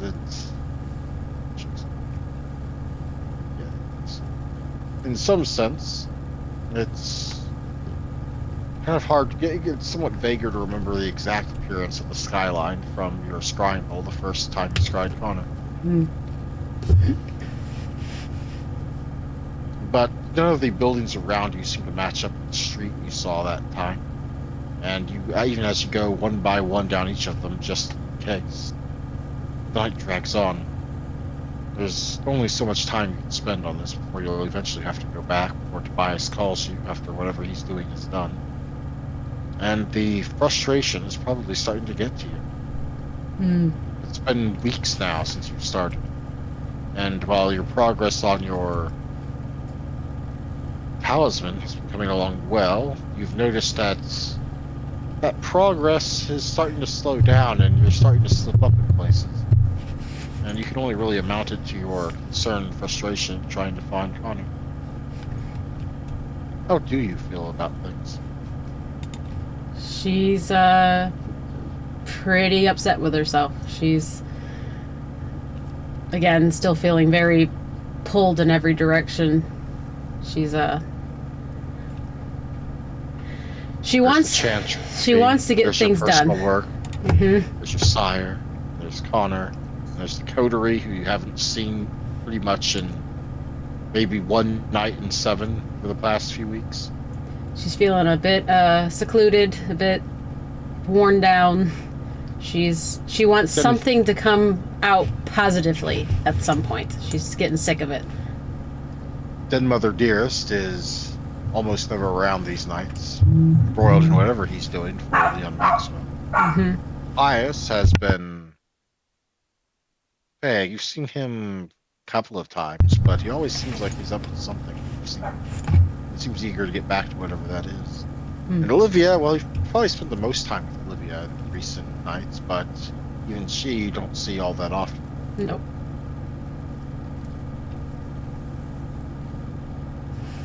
Probably feels odd in a way. You go from seeing them every night to seeing them somewhat rarely almost. Mm-hmm. Instead, most of your nights are spent in the dim laboratories of Clan Tremere as you work most hours of the night through on your project.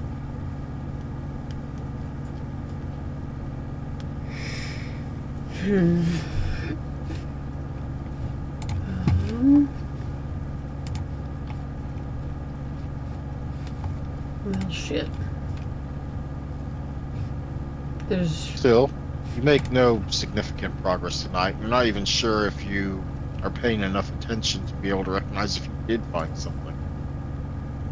So when Tobias's call comes back, well, there's only one thing left to do. She'll answer his phone call and head his way. When you get there, there is obviously Tobias, but there's also an unexpected sight standing next to him. The two of them seem to be carrying on a rather strangely friendly conversation. Almost like they were old friends in some sense.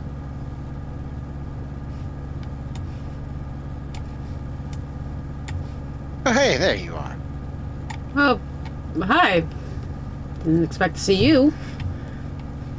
Oh, well, I mean, I didn't expect to see you either. I was just out and about doing shit, and found Tobias here, and it's been a while since we talked. Oh, Canada, I believe. Canada. Yeah, I did spend some time up in, well, it's not important, obviously I spent more time in Vienna lately than anywhere else. But, aside the point. Huh. You could say we kind of bond over being stuck with similar circumstances. Ah, Well, at least I was considered a woman grown when I was... Never mind. well, Tobias will smirk at her seeming displeasure about the considered modern changes on viewpoints, such as regarding adulthood. you two, while I know you guys are older than me, are adorable. You're lucky I'm in a good mood tonight. Well, even if you weren't and you beat the shit out of me, it'd be better than my night's been going, so I'm perfectly fine with it. No. Wouldn't be any fun in it. Not like you could fight back. Probably not, but I'm sure it wouldn't have been fun because I'd be a willing participant in getting my ass beat. Wouldn't be the first time. But you do you. In any case, later, Reynolds. And with that, the waif is gone. And the sound and clatter of the nearby dumpster and some scramble up the wall, you expect she's already on the rooftop. Man, I wish I could be up there. Well, maybe she'd teach you. Wouldn't be the weirdest thing she's taught someone. Nah, I wouldn't need to be taught how to get up there. I was a climber as a human, so that, and I have the I have a thing that I can use. So climbing's not my problem. Well, if you don't mind, let's get back to the chantry. I prefer to keep what I've gained, acquired, in the vaults as soon as possible. Sure thing. Thanks again, by the way. I appreciate it. I know our tools aren't really as available as they normally are to take care of such things. It's fine. It's part of being part of this clan. So it's whatever. Well, you didn't sound so down about it when you said it. It's fine. All is fine. 'Tis fine. It's just like I said. With your protestations that all is fine, and because of how close we are drawing to 6:30 my time, 7:30 yours, I will have to pan us forward. Mhm.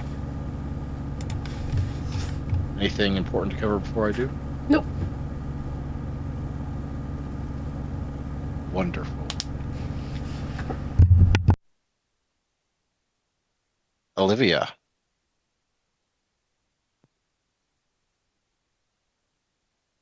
/ Pokes. I'm here. Wonderful. You find yourself wandering, not in the dream you've been stuck in for weeks, nor in the vague dreams that sometimes plague your mind. No, somewhere in between, the winding, twisting, labyrinthian mindscape affectionately dubbed the network, filled full of minds stuck in the same dream as you, even if they're too silly to realize it. You don't reach out to any of them. In fact, you avoid them. There's something somewhere you need to be. Inexplicable. Your feet follow out a walking dance that you have no idea where they got the idea for. You walk, dance your way forward, down pseudo-brain stairs, across ballrooms whose size and time and structure make no sense, and all the sense in the world at the same time. The same time that makes no sense at all. The farther you go, the fewer others you see, and the more labyrinthian your steps and direction. Your surroundings grow darker, your memory hazy, but your feet still seem sure of themselves, so at least there's that. Hopefully they can take care of the other 93% of you. But at least 7% is better than zero. Everyone knows that. There's something ahead of you, something that seems amused. You can't see it, you cannot hear it either, nor smell it. It's a strange sort of sense. On some deeper level, this thing in the darkness, you feel that were you to meet it in the dream and not here, it would terrify you. But here, you're invited, or at least your feet are. Hopefully it doesn't mind that the rest of you tagged along. A touch, far too general to identify as a hand or any sort of readily identifiable physical form, plays with your hair. It laughs in ways you hear without hearing. The not hand holds itself out in front of you. And in your pocket that was also never there, but yet is, you feel the sudden presence of something light and impossibly heavy. Hmm. Olivia's gonna reach into her pocket and see what she finds. Yeah, it's too dark here to see, but you feel, you know, a little shard of something.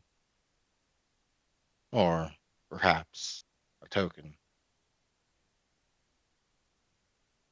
Ooh. The not hand still waits in front of you, open if it can be open, closed if it can't be, but ready, waiting.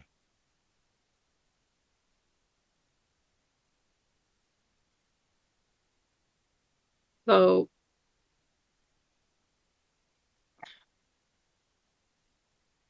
can I just, am I able just to use the token, or do I need to go somewhere to see it? No, but you just need to place it in the hand. Oh, okay. The not hand. Then Olivia takes it and places it into the hand. You hear, not hear. No voice, yet many voices. in so many different tongues.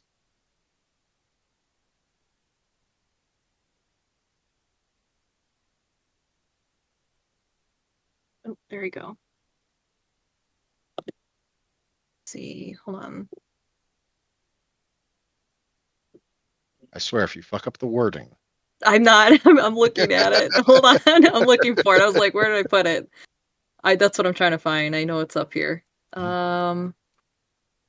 It's not that far. So where did it go? I'm not trying to fuck up the wording. right above cool, Or if you fuck up the wording. right above cool, I realize getting up. first page, or should be. I don't know how big your Discord thing is.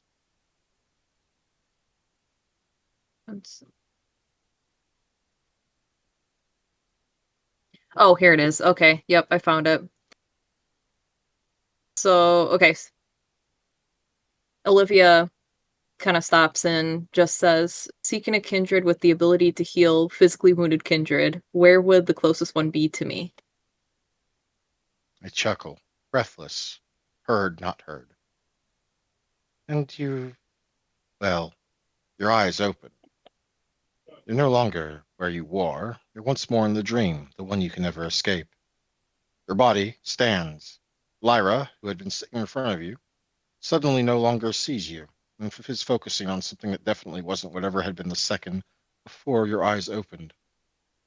The not you plucks up your bike keys and walks with a heavy step to the stairs leading up, without Lyra offering so much as a single word or sign that she notices. You, not you, rides, calmly, sedately. And it takes a while before you recognize where you are, but where you're stopping, you recognize that immediately. Let me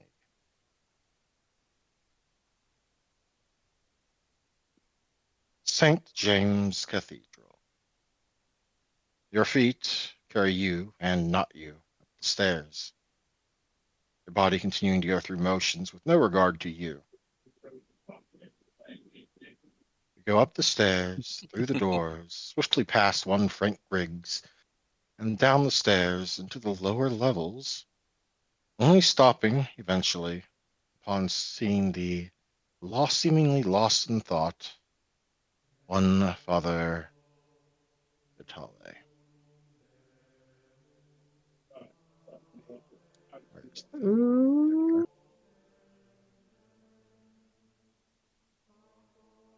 Father Vitale? Mhm. Currently quietly reading some passage of scripture to himself from the Bible in his hands.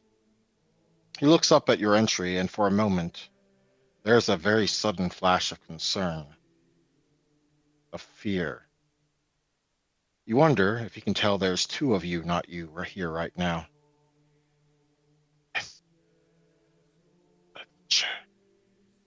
The voice that is neither yours and unheard, not heard. And then, all of a sudden, the not you is there no longer, and you immediately lose your balance as the utter lack of control immediately reverses without you prepared for the sudden and almost violent change. The sudden fall is arrested only by Father Vitale's arm. Are you, are you all right? Are you yourself? I, yeah, I think so. Where am I? His hand gently but insistently kind of prods your eyes firmly more open as he looks at them and then kind of looks over you. Do you know where you are? Um, yeah, it just took me a second. Sorry. I would ask what brings you here tonight, but no. Whatever you are a moment ago has already made that clear. He regards you for a long moment, judging whether that's you or something else entirely is not quite clear. Father Vitale sighs, rubbing the bridge of his nose with one hand.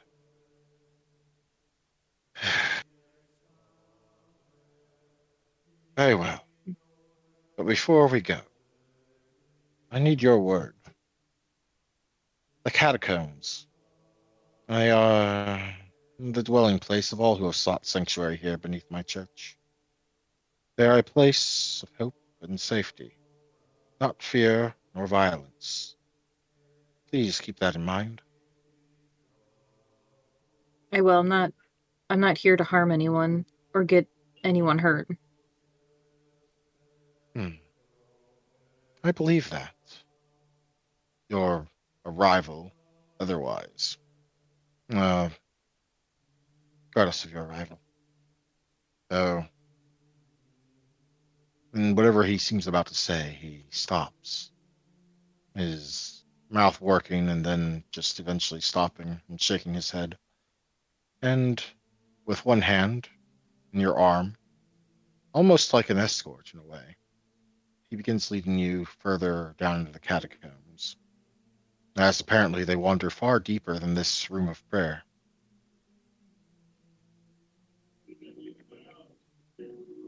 And down you go. The catacombs, as Father Vitale called them, once you reach them properly, and there does appear to be a change in the stonework around you as you do so, seeming somehow older, but also not. Perhaps it's more in their design than anything. Hmm. They seem readily larger and deeper than they should be, and perhaps, in the back of your mind, question the how. You see signs of others down branching hallways, some looking at you furtively, clearly not recognizing you, and ducking away. More than a few have come here at one point or another, seeking shelter and hmm, other things from the world outside. And I have granted it in most cases, at least such that I am able.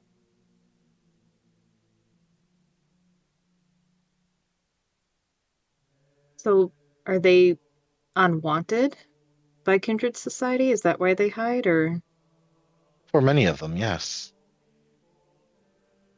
that's so Caitiff, sad. thin bloods, most don't tend to look on them too well. That's completely sad. In many cities, they are, well, killed on sight. In others, treated as third-class citizens, or used as mass weapons of war, such as was the case in the Sabbat. Even if they did give them a name, Panders, as if that made them somehow a clan. Olivia's just listening, but probably on her face he can see she's feels bad for the people he's talking about.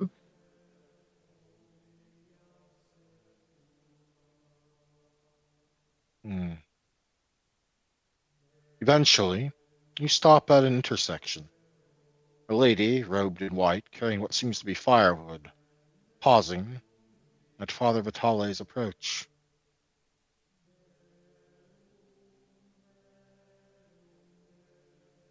Priestess Claudia, where is the teacher?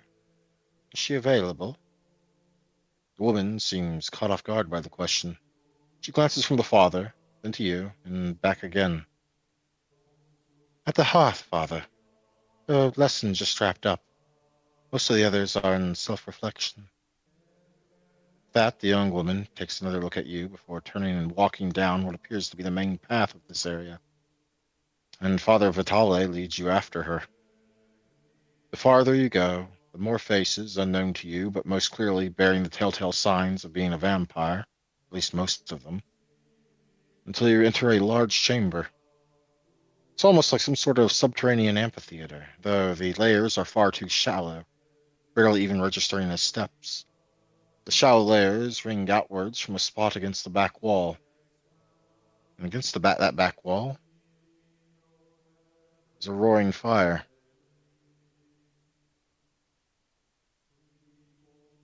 A gently roaring fire, oddly enough, and it illuminates and heats the room.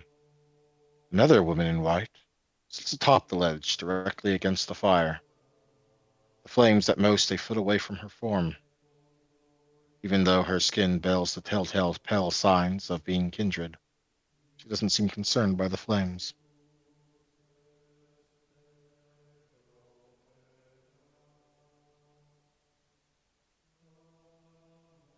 Father How was Vitale that? leads you closer, following Priestess Claudia, as he called her. And as you go down each layer of the steps, there is a few people here or there that are each in their own way, hmm, seeming to watch the fire or quietly contemplating something, perhaps with their eyes closed. But as you draw closer, make for me a courage check. Where's courage? Difficulty 6. It's Oh, a whoops! virtue. I did 4. My bad. I forgot the Well, you difficulty still 6. got 2 successes, which will allow you to draw somewhat Okay. close. Though there are still at least 2 rings between you and the fire when your fear of the flame in front of you brings you to a stop. Actually, what's your humanity? 7, I do believe. Okay, yeah, then it's like I said, a couple of rings away from the fire. Okay. So You she can't still bring has a yourself to board. go closer, which Elio Vitale notices and releases your arm as he closes the remaining distance. His eyes not even trailing to the flames once. Damn.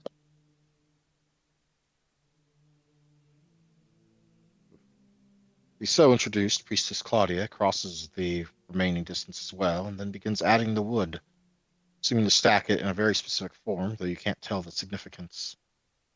And Father Vitale whispers something to the woman sitting at the edge of the fire.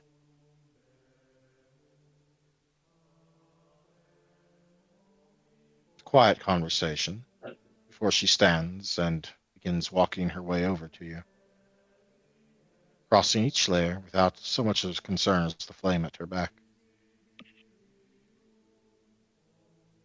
And who are you, young one?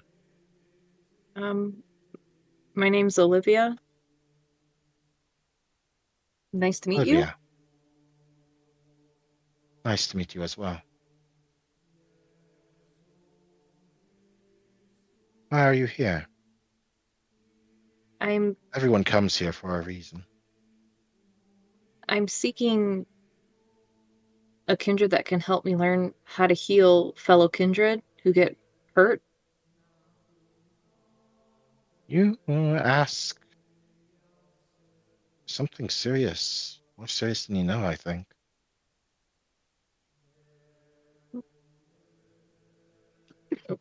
Oh, now my screen's there. We go. Wait. Oh, sorry, I might have double shared that. I'm sorry. No, you're Hmm. okay. My screen started flickering once those popped back up. There you go. Anyway, I'm sorry. Continue. Hmm. Still, what you are asking for is potentially possible. But you are new here.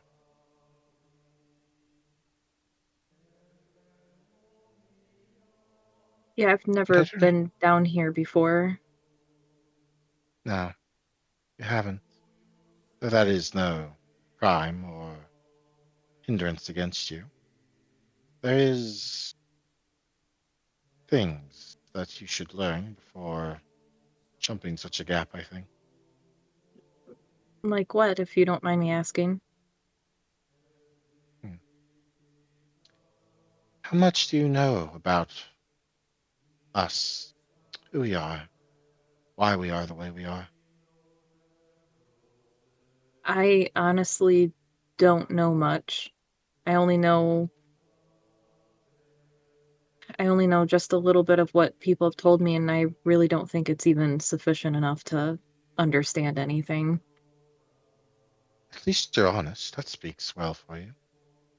My name is Yulia, and I am High Priestess here.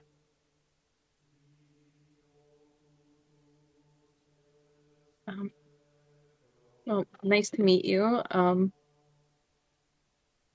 Yeah, Sorry, I'm just nervous. It's the fire, isn't it? A little bit. Well, there will be time to improve your virtue, I suppose, in standing closer to it. For that, you're going to need to come here more than once. I'm afraid the lesson for today is already concluded. Okay. I'll definitely come back. So that you know, you stand in the presence of the sacred fire of Vesta, of Rome, still What's best? maintained. Oh, sorry. Ah, you don't even know, I suppose, old tales of old times. It's easy to forget that though I learned things from my teacher, what I know isn't even passed down as it is from ancestor to ancestor. It's no longer common knowledge. But Vesta, the Lady Vesta, goddess of the hearth, from Rome, it was at her hearth that all of Rome gathered, in some sense, spiritual sense, not literally.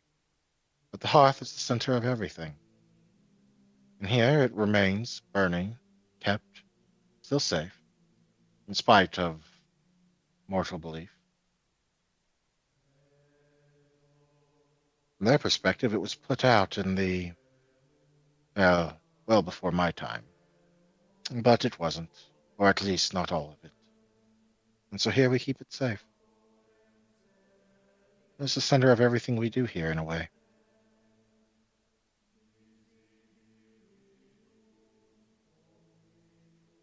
Her hand Olivia. will gently grasp your chin and kind of lean up to look her in the eye.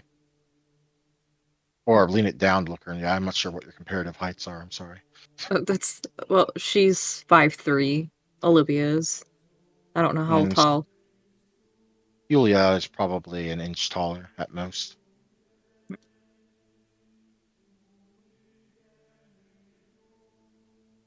Hmm. Just tell me about yourself, Olivia.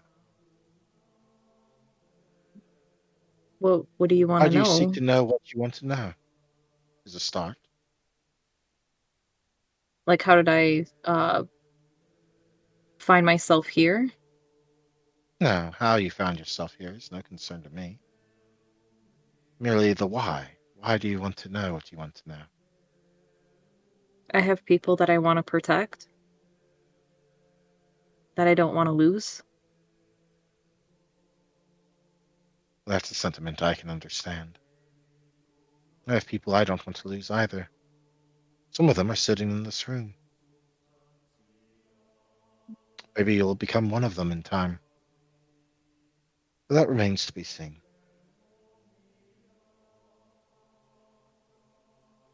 In the meantime, why don't you tell me about how life has brought you here? And we can talk about when you can come next, which I hope is soon. Yeah, definitely. Hmm. With that, we will fade to black that scene. FYI, that place has been under St. James Cathedral since before we had our first session. Nice. Really? That was Nice. a good scene. Mm-hmm.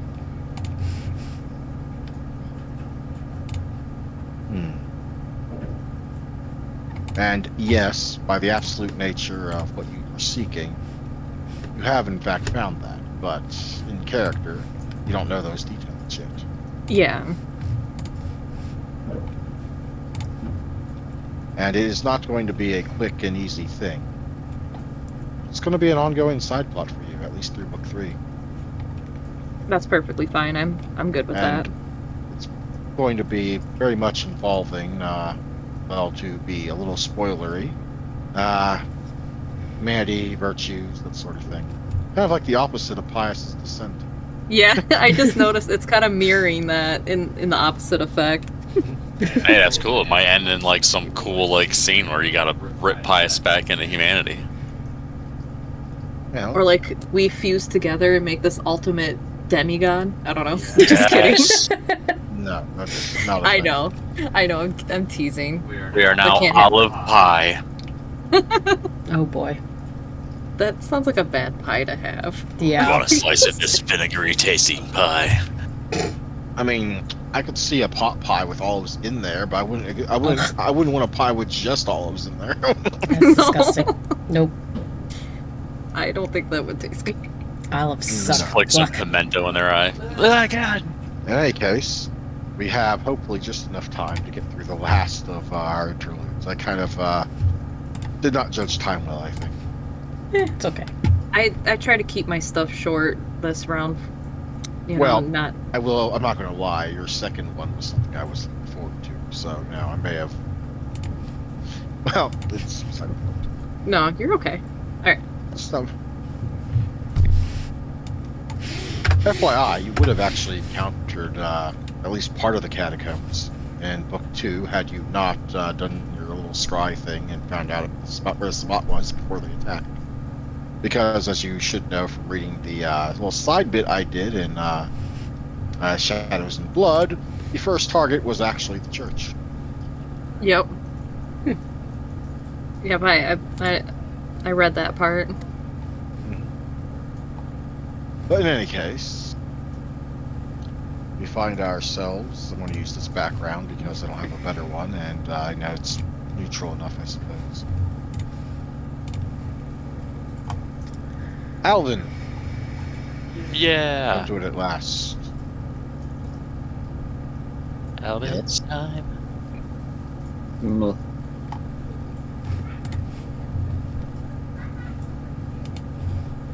I'm not sure if to take that as a yes or if you're like unconscious there or I'm just staring at the prince's quarters and I'm like, no, no, no, no, no, You're not in the prince's No, quarters. no, I no. don't have a background for this yet. I'm sorry. no. Hmm. Carry on. In any case, it is the night of October 10th, 1995. More importantly, it is the second Tuesday of the month, the time of the monthly board meeting for the Seattle Venture. It is the somewhat mandatory meeting of the city's entire Venture population, or at least those considered to be in good standing. The board is headed by the Praetor, which by default is the oldest or most powerful Venture in the city. This is actually Prince Woods, but by long-standing tradition, a prince is not typically expected to be involved in the standard running of the board, as their concerns regarding their city's domain are considered to be far more important. So instead, that position falls to whomever the prince nominates to hold it in their stead, which is, of course, Imogen Longwell. Which is kind of surprising considering how much this man keeps just making himself look like a fool in front of his sire. He is on the downslope at the moment, yes, but he has not been removed from this position or the position of Primogen just yet. Right. Although there are, of course, those that may be plotting otherwise. So instead, all right, now which is with two of the city's venture also in torpor, that brings the grand count of those within the room to a total of 6. Yourself, Daniel Miller, Primogen Longwell, of course, your own sire, Arthur Wayman, Danielle's child, Nathan Moore, and of course, the Primogen Longwell's own child, Thomas Reynolds. Only a And 6, chances are, one of them was the one prying open the cracks in the defensives you spent the last couple of weeks scrambling to shore up around the absent members' affairs. It's hard to imagine a non-Ventry moving against Maxwell as they are. Mm-hmm.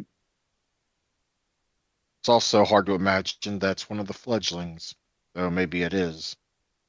Who's to tell with what could be going on in the games of child and sire? Mm-hmm. Of course, you have your own suspicions.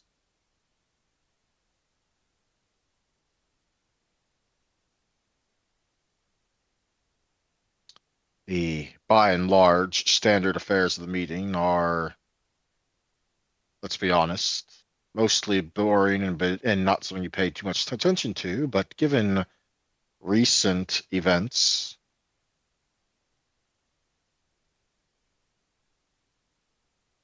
I say as I try to ignore what's being said in chat. Goodness.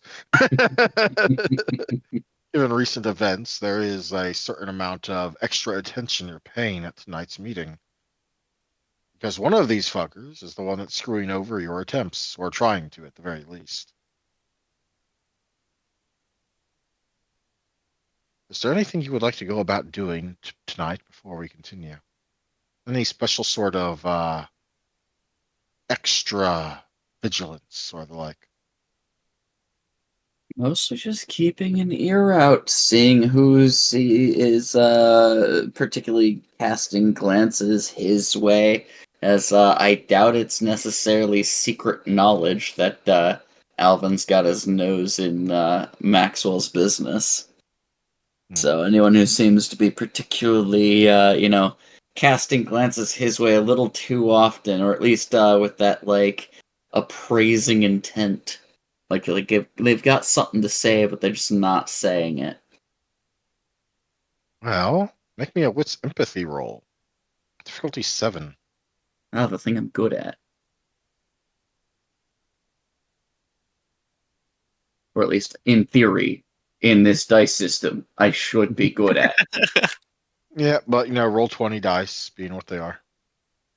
You mean D10 systems in general? Well, yeah, I got to hold judgment on that because we're using roll 20s dice, which are known to be bad, True. or at least not very random. Would as this far as dice perhaps rolling. not be perception insightful? Nope, it is wit sympathy. Okay. Going off gut feeling here. I mean, same bonus. It's just I've got insightful as a mastery for perception and changes in plans for empathy or wits. So, or changes in strategy. There we go. Yep. So if you feel that applies here, by all No, means. I don't. All right, let's see. Dice. Wits.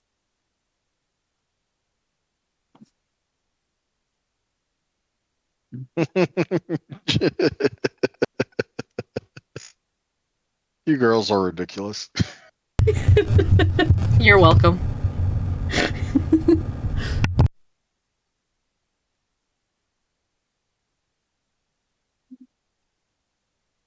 I will spend a willpower on this, though.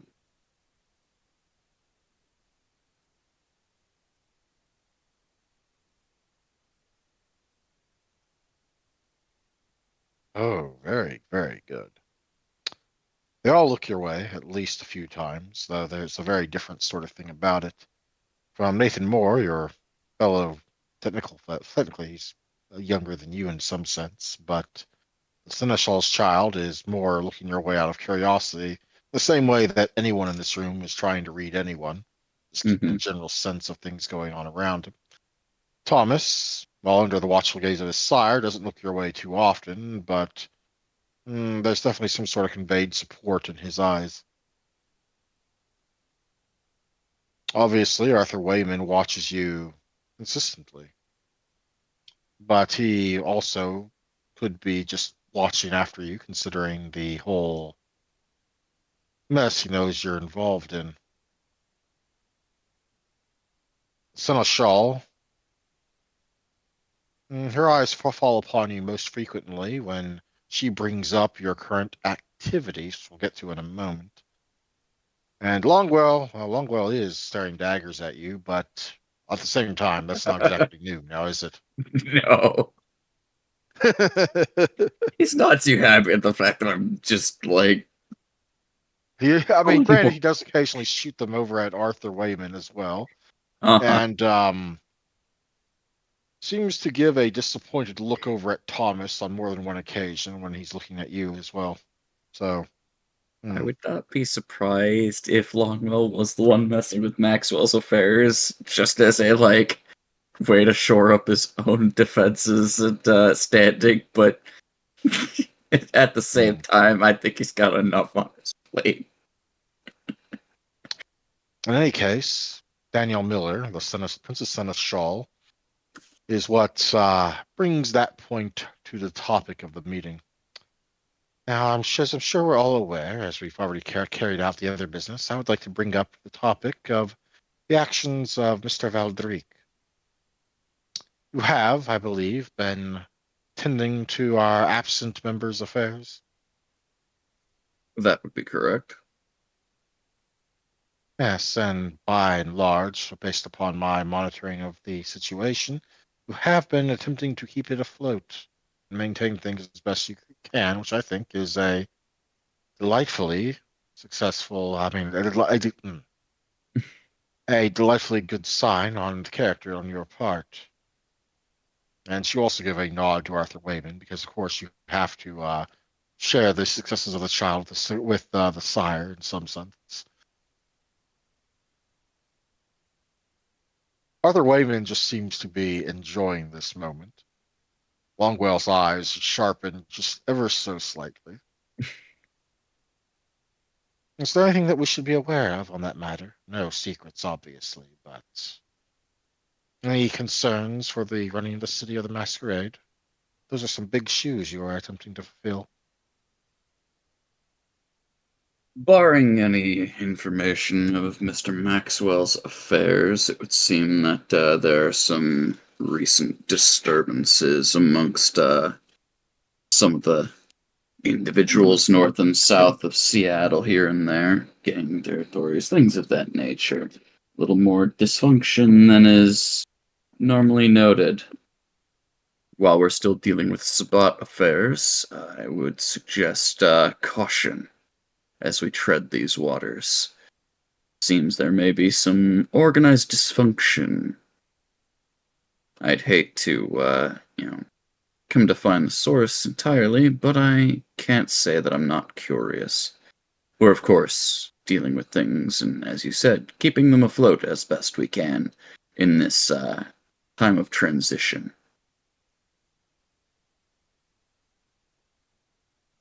Are these instances organized? That's not the typical Sabat approach, but Twould I think it certainly bears seem asking. so.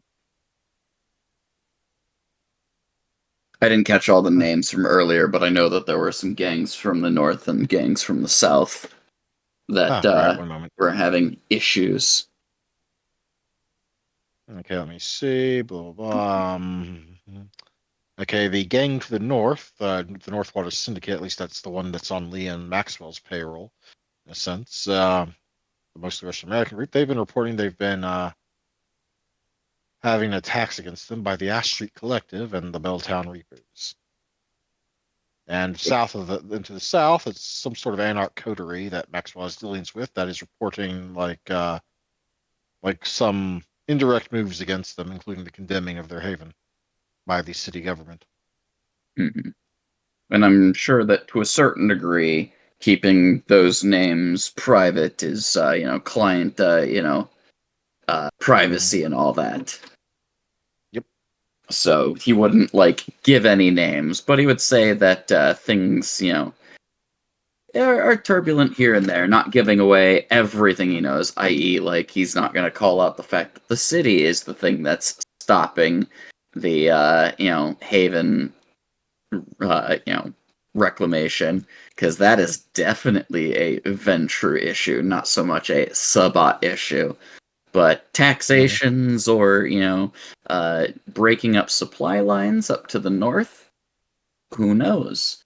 Alvin's trying to play it coy, but, definitely as it, sounds, like it's somewhat being monitored or at least being handled. I would like to say that answers my concerns for now, though it is troubling to hear about such potential instability. Thank you for doing what you've been doing. Praetor, over to you. And Primogen Longwell, or Praetor in this setting, will nod stiffly. And the three elders in the, well, not elders, but the elder three in the room, in comparison to the young children here, all seem to be looking at each other with some varying measure of something. You're pretty sure that communicating with your eyes to that degree is something you probably won't pick up for another decade or two. But there's definitely more that each of them seem to know about the situation than they are sharing. And your wits empathy absolutely picks up on that. The who's who and who's doing what. Well, I would say it would be difficult for you to tell, but by keeping your eyes and your instincts kind of tuned in to each of them during the meeting and when you were talking, there's only one of them in particular that is extra flustered, even if they try to hide it very well. And that would be the Praetor in question, Primogen Longwell.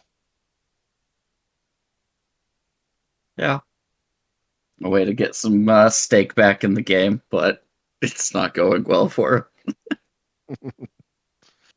Ah, him. yeah, I was going to keep that brewing a little longer, but man, you did get like you did really well in your role, and that doesn't happen very often. And you spent a willpower. Yeah. You are now at least 75% sure that Longwell is responsible for at least some of it. Whether it's all of it is entirely beside the point. Mhm. Wouldn't be the first time more than one vampire was making their own inroads against an absent member. But Mhm. currently, the person holding power in the room, as fragile seeming as that might be, given his current situation, you are reasonably sure that it's probably him. And if it is him, your sire knows damn well it's been him the entire time that you would be going up against.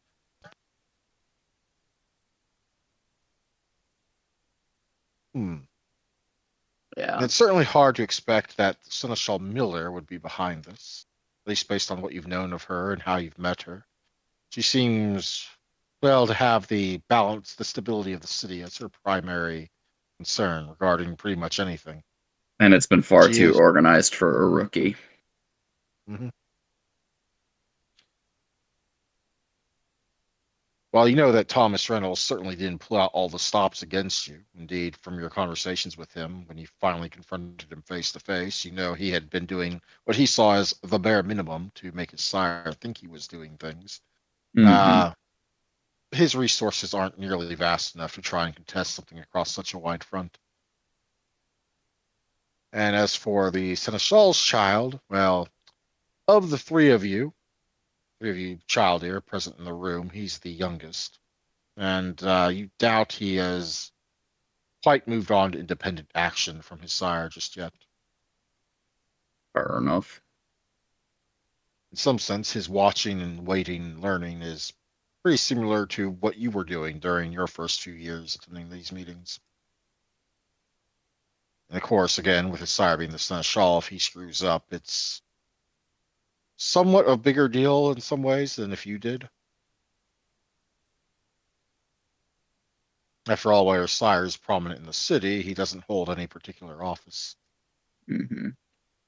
But you know it would be a field day in one of these meetings because Longwell would never let it go down. For Alvin to fail is a dagger directly back at Wayman. Mm-hmm.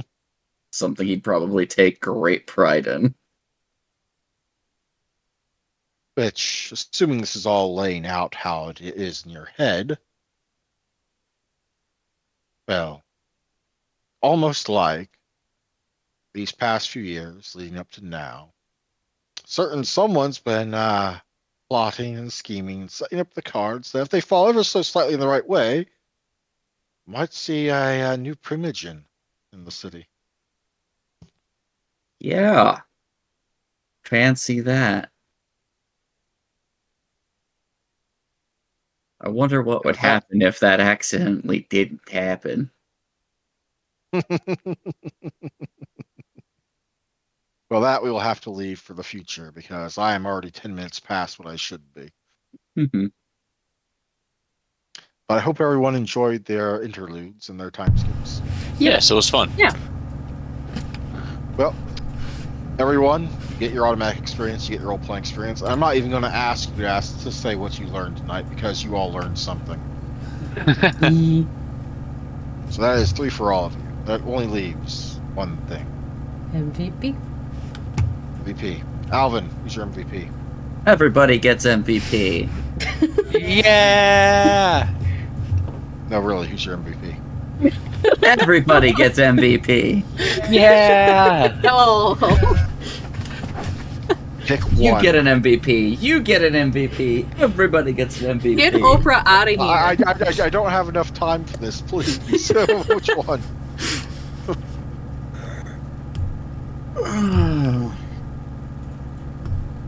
I want to see what goes down with Elia Vitale's storyline in the church and everything, so I'm tossing it to Olivia. That's been the thing that Alright. kind of took forefront, like, way back in Chapter 1, and I'm kind of curious to see what it leads to later.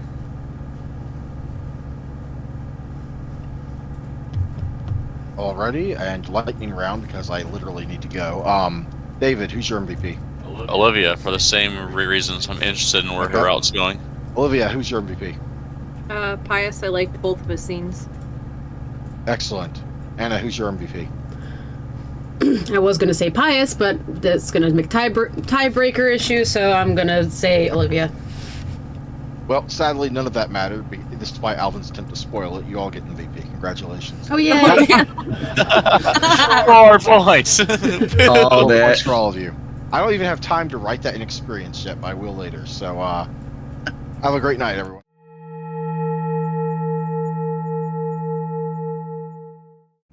We will see. I'm sure you are. Okay, you're Yeah, you know, I hold myself to a standard that's sometimes unrealistic. Yeah, that's unfortunately normal for I think a lot of us. Gee, I wonder what you could possibly be referring to.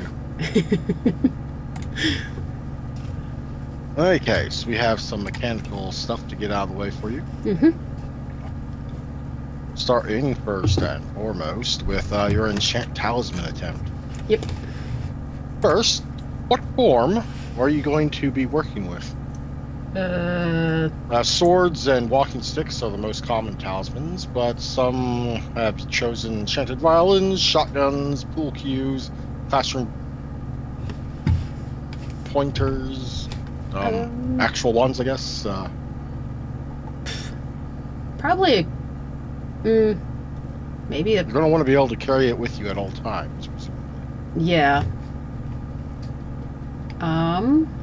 What about like a knife? That way it's not like something that's bulky, but she can kind of like keep on her like on her waist or something.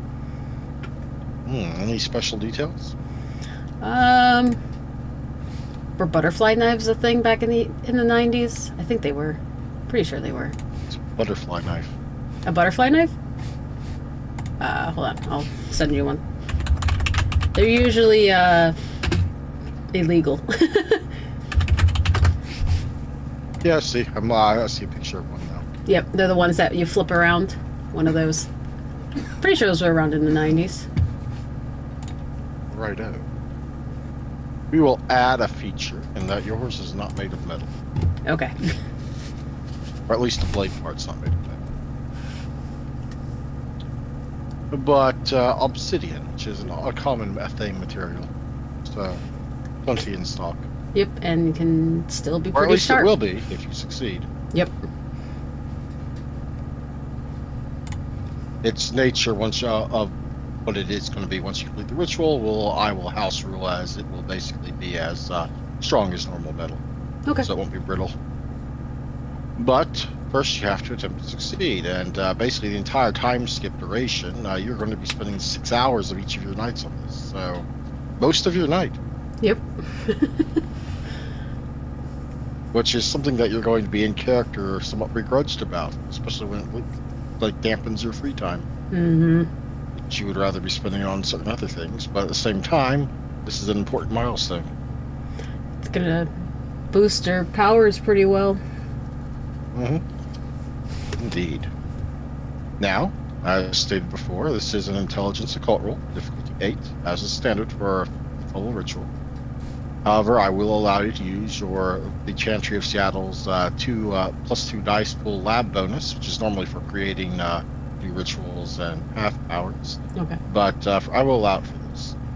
So that gives you a modifier of 2 on the roll. Okay. Apparently I already have a I modifier assume you on will here. also be spending a willpower on each of these rolls. Yeah, she would be. And you basically have 4 weeks, 4 rolls, and need a total number of successes equal to 20 or better. Sweet. So, And that's net successes. One still cancel successes. alright, so my modifier, apparently I already have it set to 1, so it should be a 2 or a 3. Oh yeah, it's already set 1 because you have a ritual special. Yeah. Right. Yep.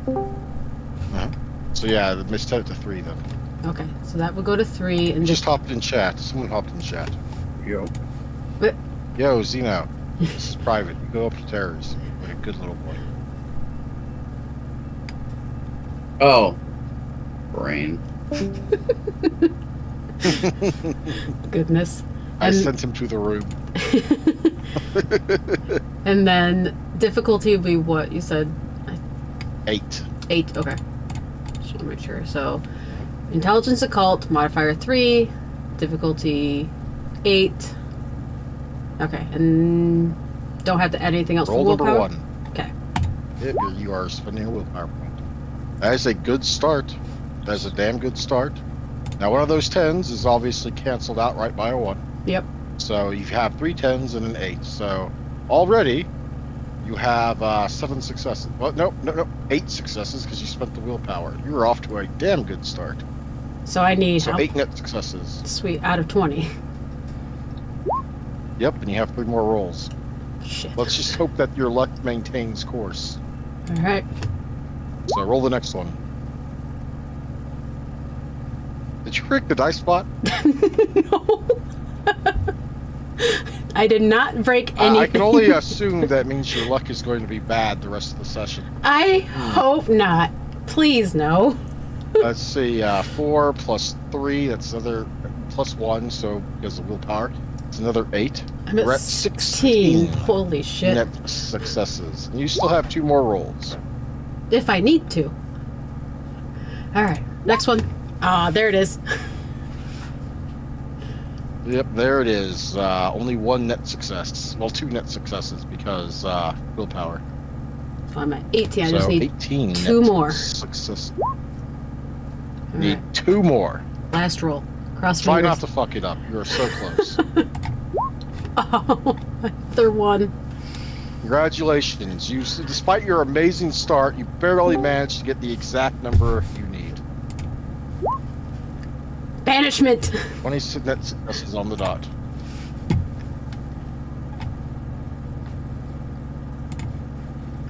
So, congratulations. By the end of the month in the time skip, you will have your talisman. Yay. And there's a Which, David of in course, here now. gives you the advantages as you already know. When you're holding it, the difficulty of all magic that targets you is increased by 1. This applies both to blood magic as well as sphere magic. Sphere magic being true magic, aka mages. Nice. Additionally, you receive 2 extra dice when rolling for uses of your primary path, aka the path of blood, Sweet. and 1 extra dice when rolling for your ritual casting. If it is used as a weapon, it also gives you an additional die to roll to hit. Sweet. It'll definitely be used as a weapon. Thaumaturge is separated from her talisman, however. A successful perception plus occult roll, 57, will tell you its location. If a talisman is in the possession of another individual, it gives that individual 3 additional dice to roll when using any form of magic against you. Huh. So it can be used. So if someone else takes over it and they can use magic, it's not good for you. So don't lose it. Exactly. And they only have one talisman at a time. Sweet. So please note that down. Now we have a few other things to do, namely ritual rolls. Yep. Of the learning variety. Yeah, because I was working on You're currently 8 out of 10 on the way to learning principal focus of Vita infusion. I hope you've picked out what other rituals you wish to learn, or at least one other ritual you wish to learn. Let me look at my reference sheet, 'cause I think I have a list of them that I was looking at. But no, I had not picked another one. Well, let's quickly pick one that I can approve of, and so we know what you're rolling for afterwards. Oh shit. That's- Any recommendations in my list? It's in my reference channel or thread. I've got rank 1 to 5.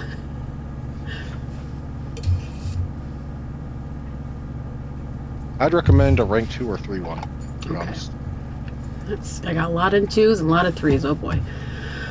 Bind the familiar, cleanse of the flesh, craft dreamcatcher, sanguine trail, shaft of belated something, telecommunication. Honestly, Huh? Burning Blade the rank 2 ritual Burning Blade might be a good thing to have on hand the next time things get dicey. Then Or Extinguish. I'll do either of those. Probably burning. Well, can I use burning blade on my talisman if I'm using it? Yeah. Okay, then let's do that.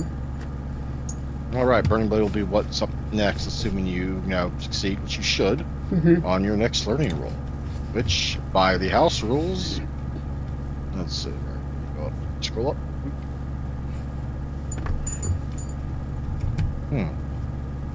Okay.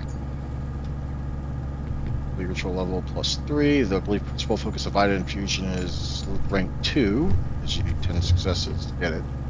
So, difficulty 5 on a intelligence occult roll. Okay, so Make sure to remove the extra modifier you had when working on the talisman. yep, so down to 5 with 1 modifier. Okay, rolling. And There went all my luck. yep. Okay, you make no progress the first week. To be honest, your mind is frazzled and you spent so much time slaving your way over your thingy. So you don't gain any successes. However, you did have at least 1 success in there before it was canceled, so you don't botch. Thank God. All right. Okay. Just roll for week 2. Hey, Okay, you succeed. Sadly, you don't get to keep the extra successes, but oh well. that's fine. Which moves us on to the next ritual.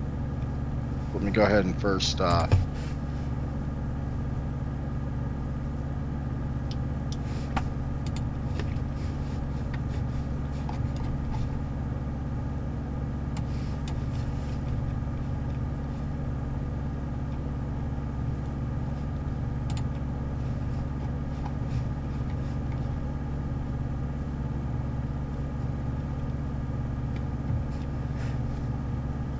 Alright, you have 2 rolls still to make.